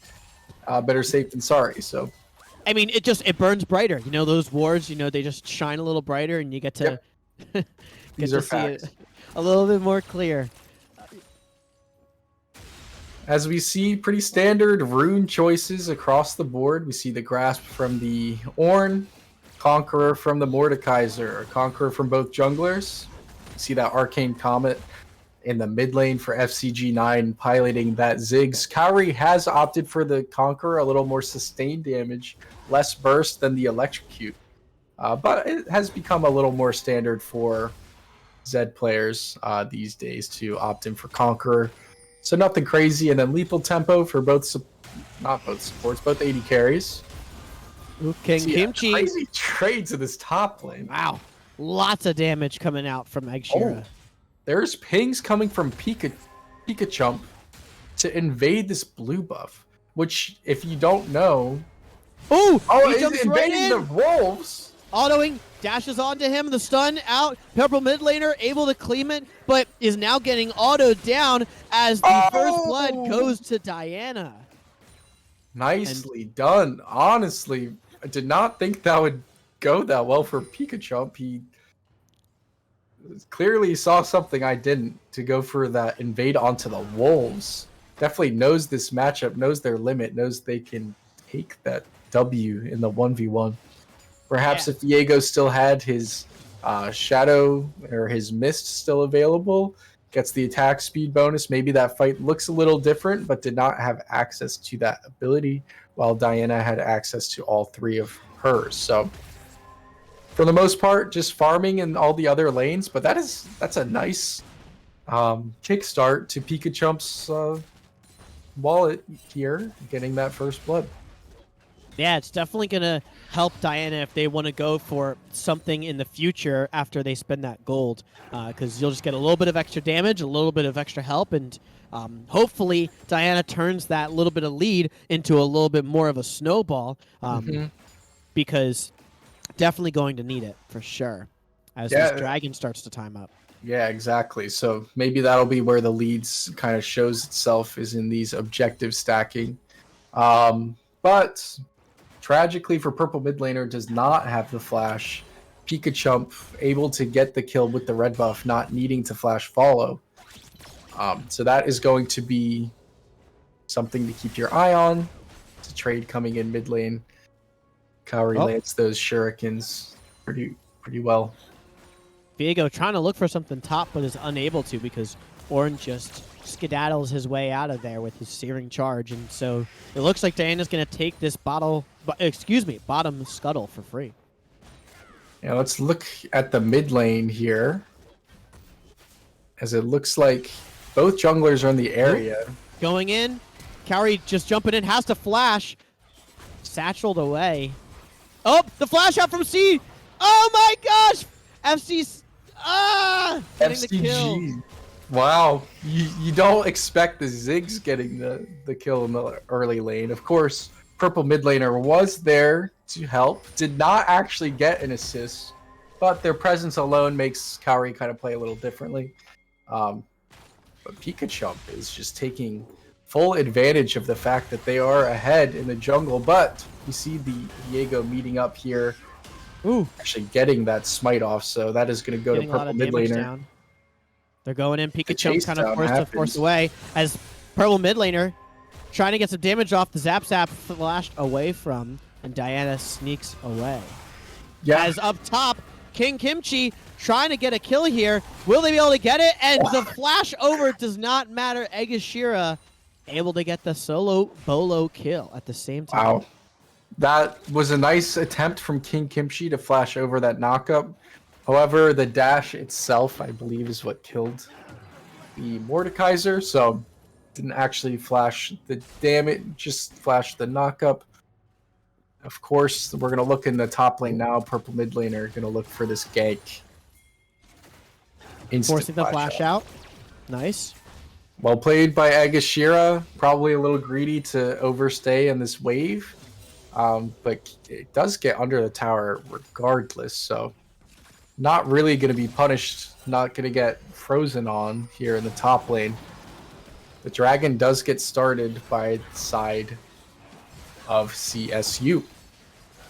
Yeah, I mean, when you have the pressure coming in from mid lane and bottom lane, they're able to roam over, and it just becomes kind of free, especially with Viego being top. So nothing you can really do to good cross map play. They're going to take that dragon, which, as we saw last game, they were able to kind of run away with the dragon stacking, getting that soul after 4 dragons. So in this series, whoever gets the first dragon gets soul, apparently. So we'll have to see if that continues, that trend continues, or whether it was just kind of a small sample size. So yeah, I mean, they definitely will be able to fight at earlier points because Ziggs has a lot of gold on him because of that first kill.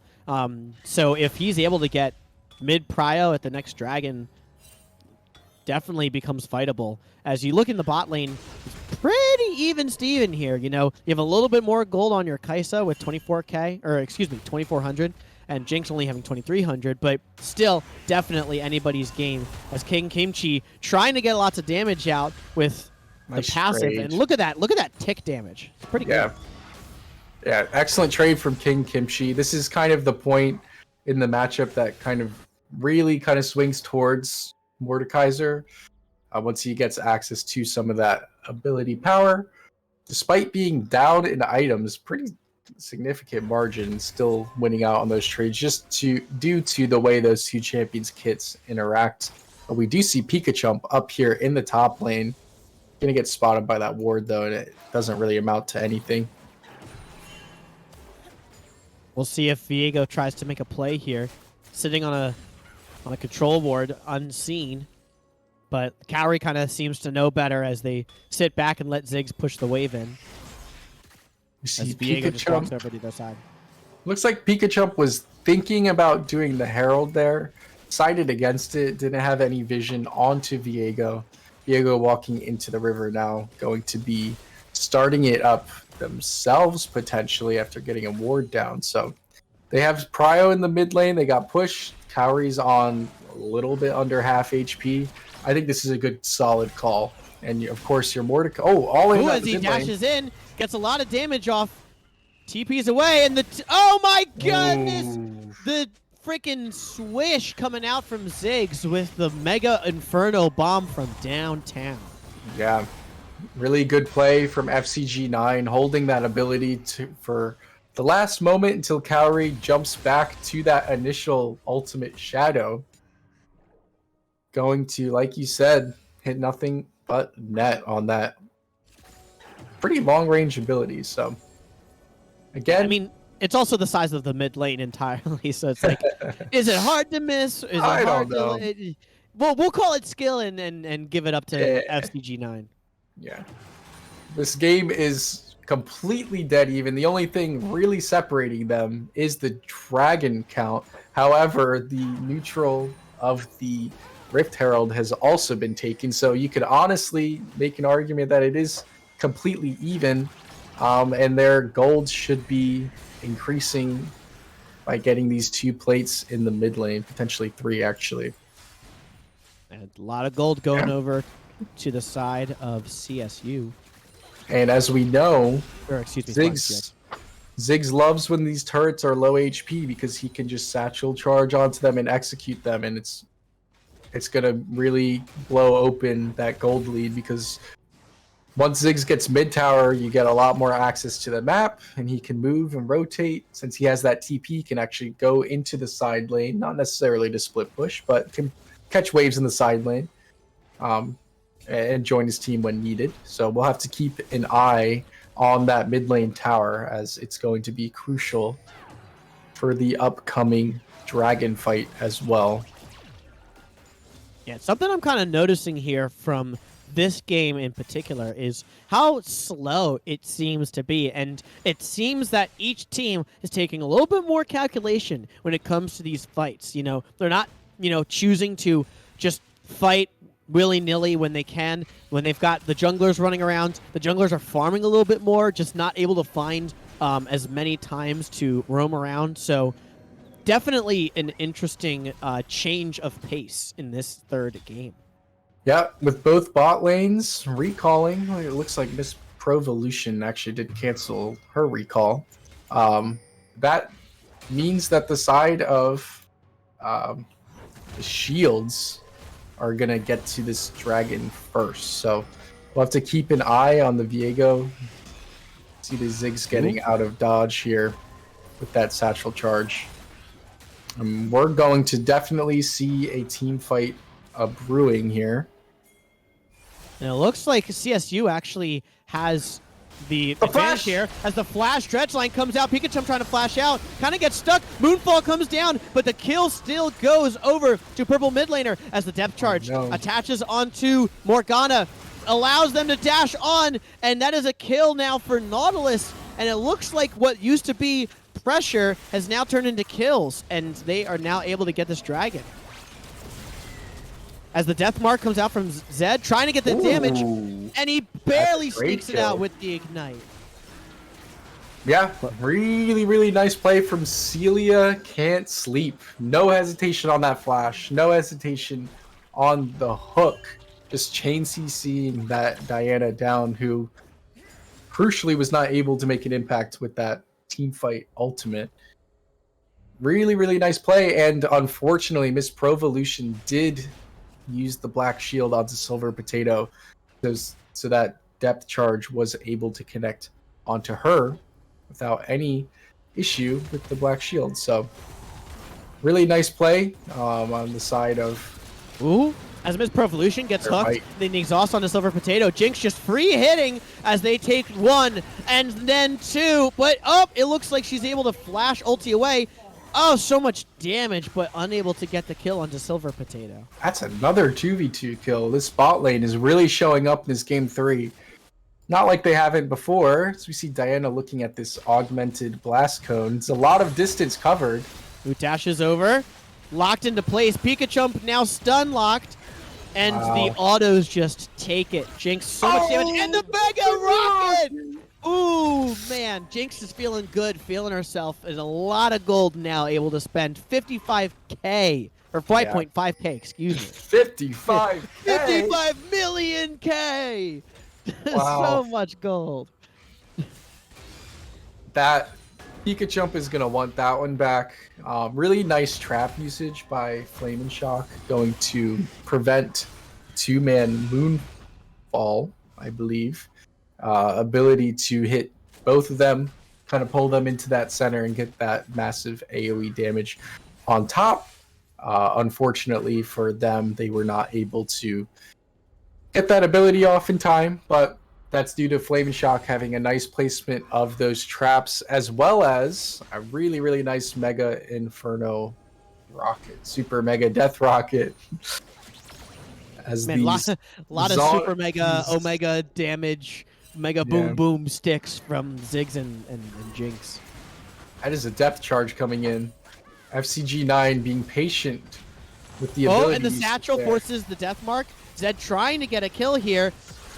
And gets it! Wow. That little shield coming out from the Eclipse, able to give him a little auto or a little bit more damage.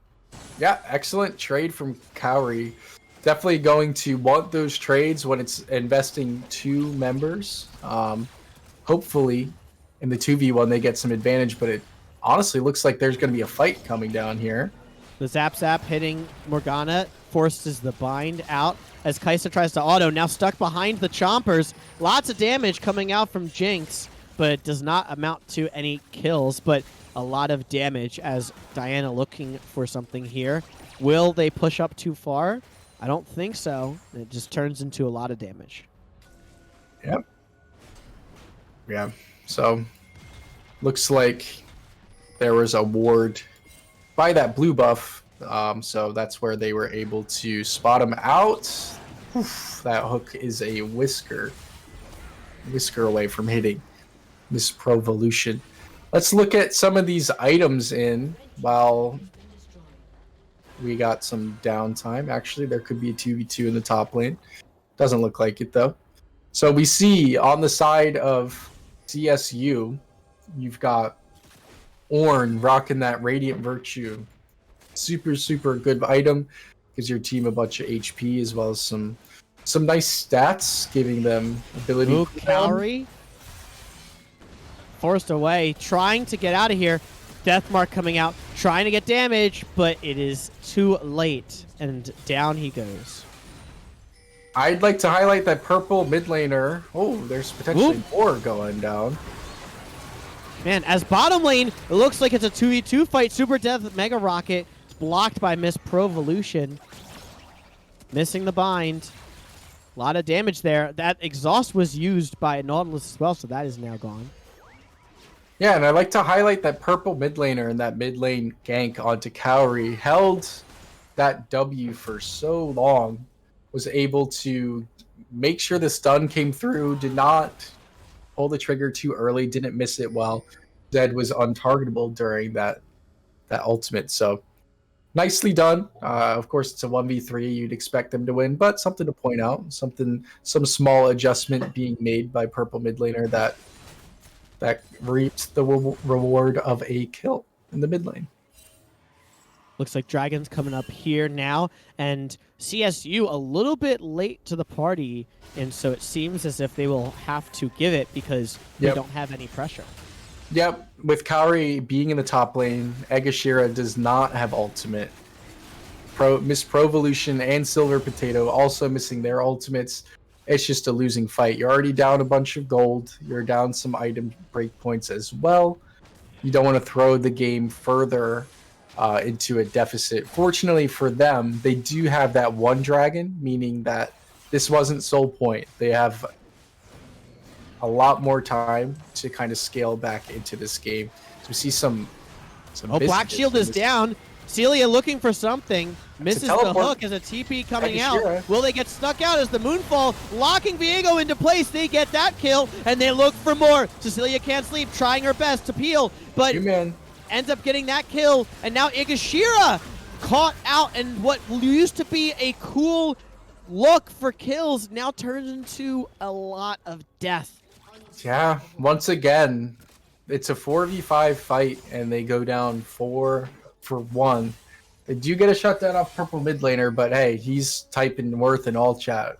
I can already hear it, so absolutely dominating that fight, and it looks like they're going to snowball this into a mid lane tier 2 tower. Kaori does pick up an objective bounty in the top lane, so that's something to talk about. But honestly, it's looking pretty dire right now for the side of CSU. Down 5,000 gold, a little over 5,000 gold. And the scaling is still, Jinx is still scaling up, so it is going to be tough to get into this backline and deal enough damage to take them down. Yeah, and if we actually look at this, Jinx here is just able to get the Infinity Edge and a long sword, and now is a full item above this Kaisa, even though Kaisa is sitting on about 1,000 gold right now. So about a half of an item over her. So lots of damage there, and it's gonna really come down to CSU has to find an opportunity. I don't know, like they try to start a fight and they're gonna lose, just like we saw last team fight. So they're gonna have to try to do something and do it fast, because they're losing dragons, losing objectives, and it's just gonna start getting out of hand. It's so hard for them to get picks in the side lane. Maybe this is a good effort. Ooh, the Jinx forced a flash. That's not the worst. As now Cecilia trying to soak some damage as Morgana sniped by a bomb downtown from Ziggs, and then that turns into a kill onto Pikachu as well. Yeah, definitely an unfortunate look there. I like the idea at the start, get the Jinx's flash. That's great. You should just back off at that point. But they didn't expect the extended blast cone range, and the Nautilus appeared right in front of them. As we see purple mid laner taking down Igashira, who has to flash away. Yeah, he tries to Ornhorn here, looking for something. Lands it onto Ziggs, but purple mid laner now kind of caught out, getting a lot of damage, gets killed by the Zed, as now Zed has to TP back over to avoid, and he flashes, gets stunned, stuck, trying to auto, get damage off. Kaori now dead. Kaori was definitely out there. I think that was a pretty significant mechanical misplay there. Did not need to go back over, back to that original Deathmark Shadow. Does get a nice kill onto purple mid laner. That was a nice play from them, but definitely did not need to go back in and feed King Kimchi. Yeah, his first kill of the game. So. And now it is just looking even worse. Looking at this gold, 9K on the Jinx, 7K on the Kaisa, a whole 2K above, and then in the mid lane, 1.5K above the Zed, and 1,000 gold in the top lane difference.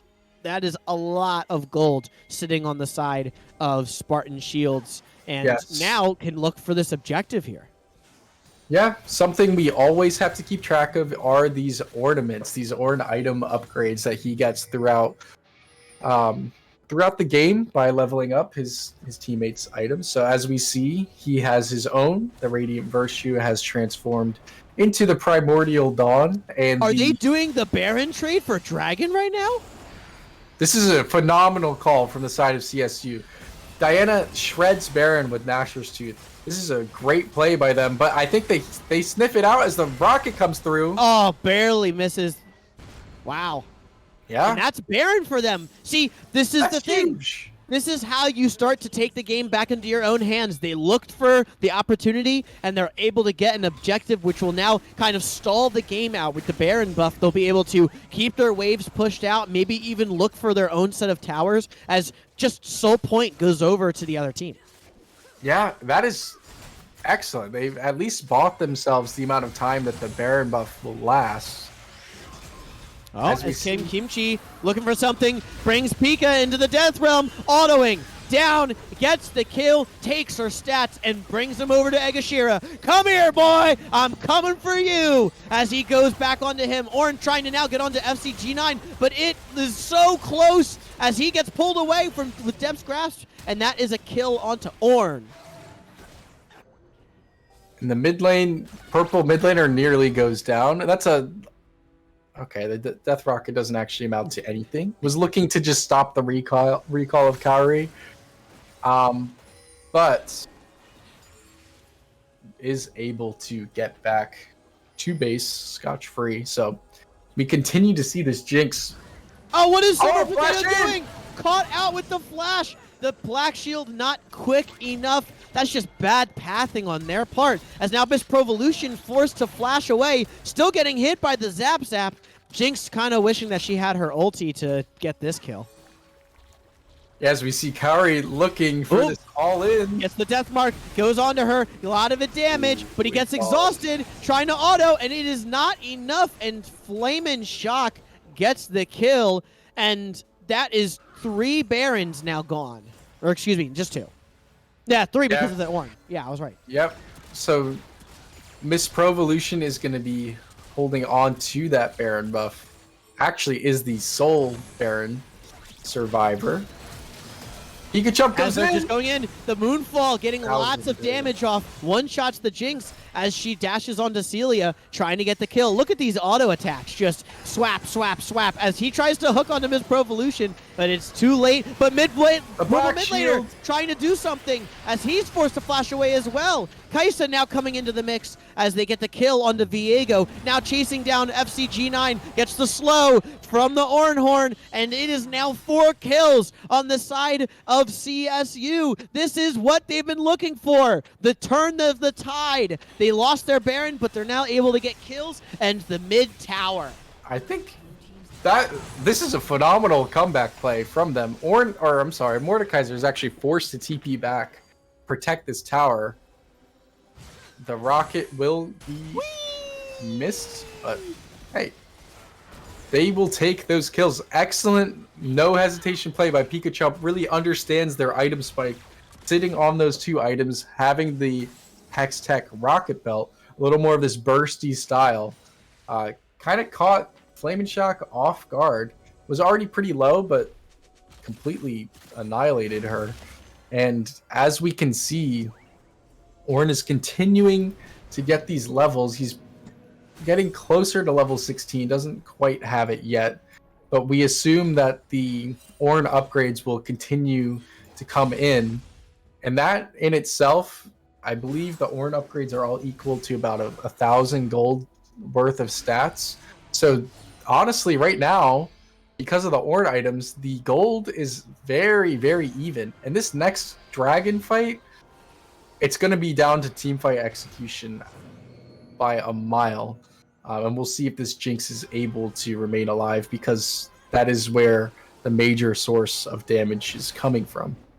Yeah, I think it's actually going to come down to who can bait the worst team fight out of the other team. Because, like I said during draft, you're going to have to force the other team to make a bad move, you know, especially because of all of the CC on each side able to peel backwards. And it looks like this dragon is going to be the place to do it. And both teams need to run over there as soon as possible to start putting up some wards. Yeah, and off of that 1,000 gold shutdown, Diana has now gained a 3rd item. Diana is going to be an extremely influential force in this team fight. Gets that Ornn upgrade, says, hey, sorry, Kaisa, you'll be next, I promise. But opts into upgrading that rocket belt. Zed needs to join this fight here. It looks like something's going to happen. Pika Jump has to hex away as Miss Provolution gets caught out. No. If the soul shackles down, Cowrie going on to purple mid laner is going to get the kill, but will he survive? But Jinx gets it as they continue to scrap it out. Moonfall going down, Flamin' Shock flashing away and is now starting to hit. Gets knocked up by Egashira, able to keep autoing, and now it's Hyper Carry versus Hyper Carry. Can they get this? Oh, the Mega Death Rocket claiming Kai'Sa's life, and it looks like it's going to turn into a Spartan Shield W, which will then be a Dragon Soul, which could spell the end of the game.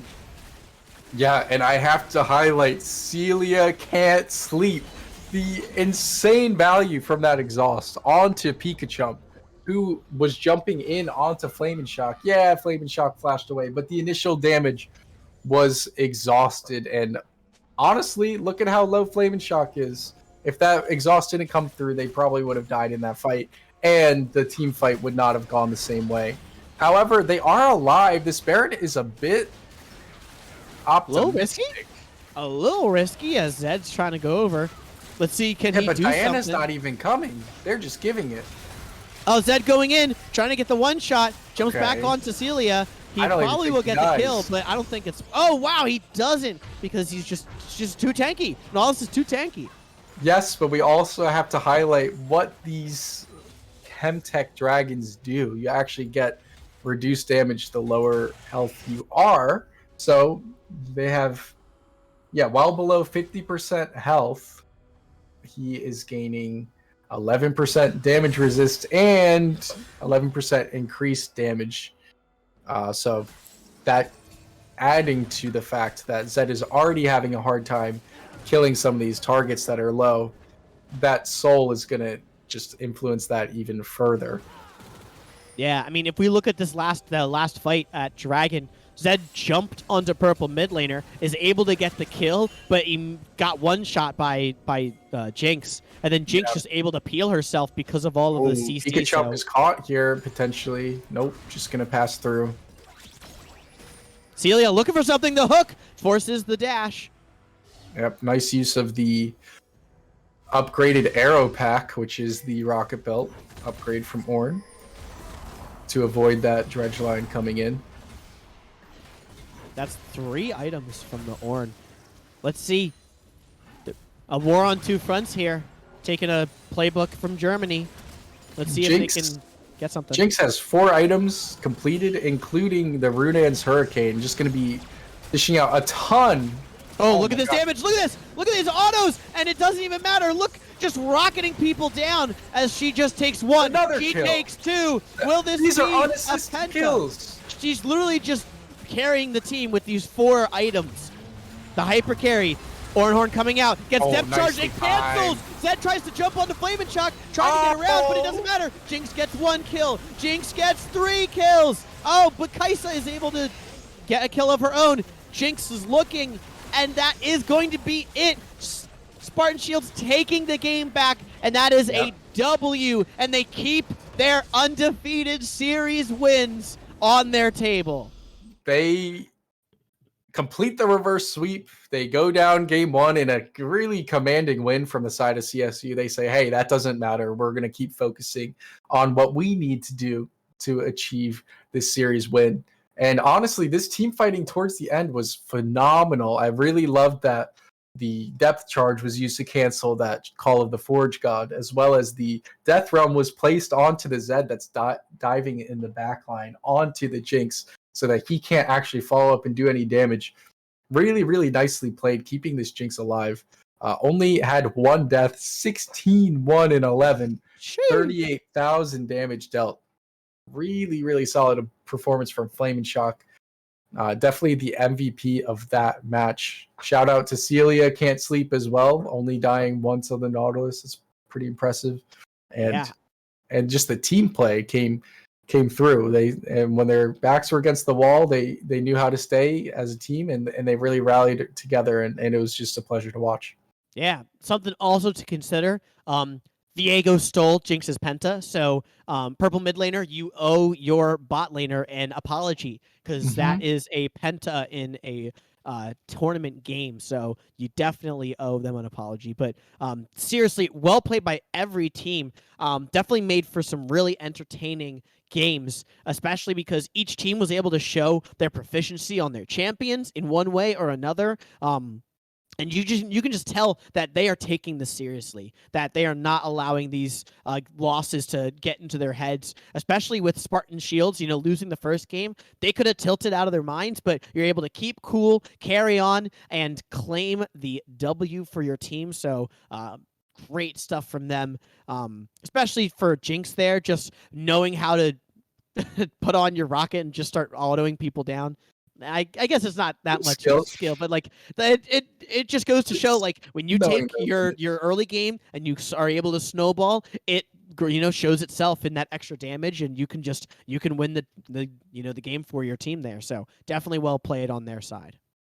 Yeah, and shout out to CSU for giving us an excellent series. Yeah, they didn't come home with the win this game. However, their head should remain held high, because that first game was just a really, really nicely done game. Nice snowball, really clean victory. This last game, that Baron call was gutsy. It took a lot of courage to do that, and it really panned out for them. They were able to sneak a Baron, and that takes a lot of honestly, a lot of confidence in the face of adversity. And shout out to CSU for putting up a fight and just having a really giving us a really nice series to watch here. Yeah, I mean, they came out swinging real hard, and they showed that they would not go down without a fight. So they definitely should not feel bad about their performance. But that is going to wrap it up for us tonight here at the Phoenix Esports League. Thank you for watching, guys. We will have more games coming up in the next couple weeks. You definitely want to stick around, because you want to see, will Spartan Shields be able to keep their undefeated series nature going, or will they lose it to some other team? Will CSU be able to come back and start a new snowball of wins? You'll have to find out. So check us out. Don't forget about us, and we will see you next time. Take care, everybody. Have a good night.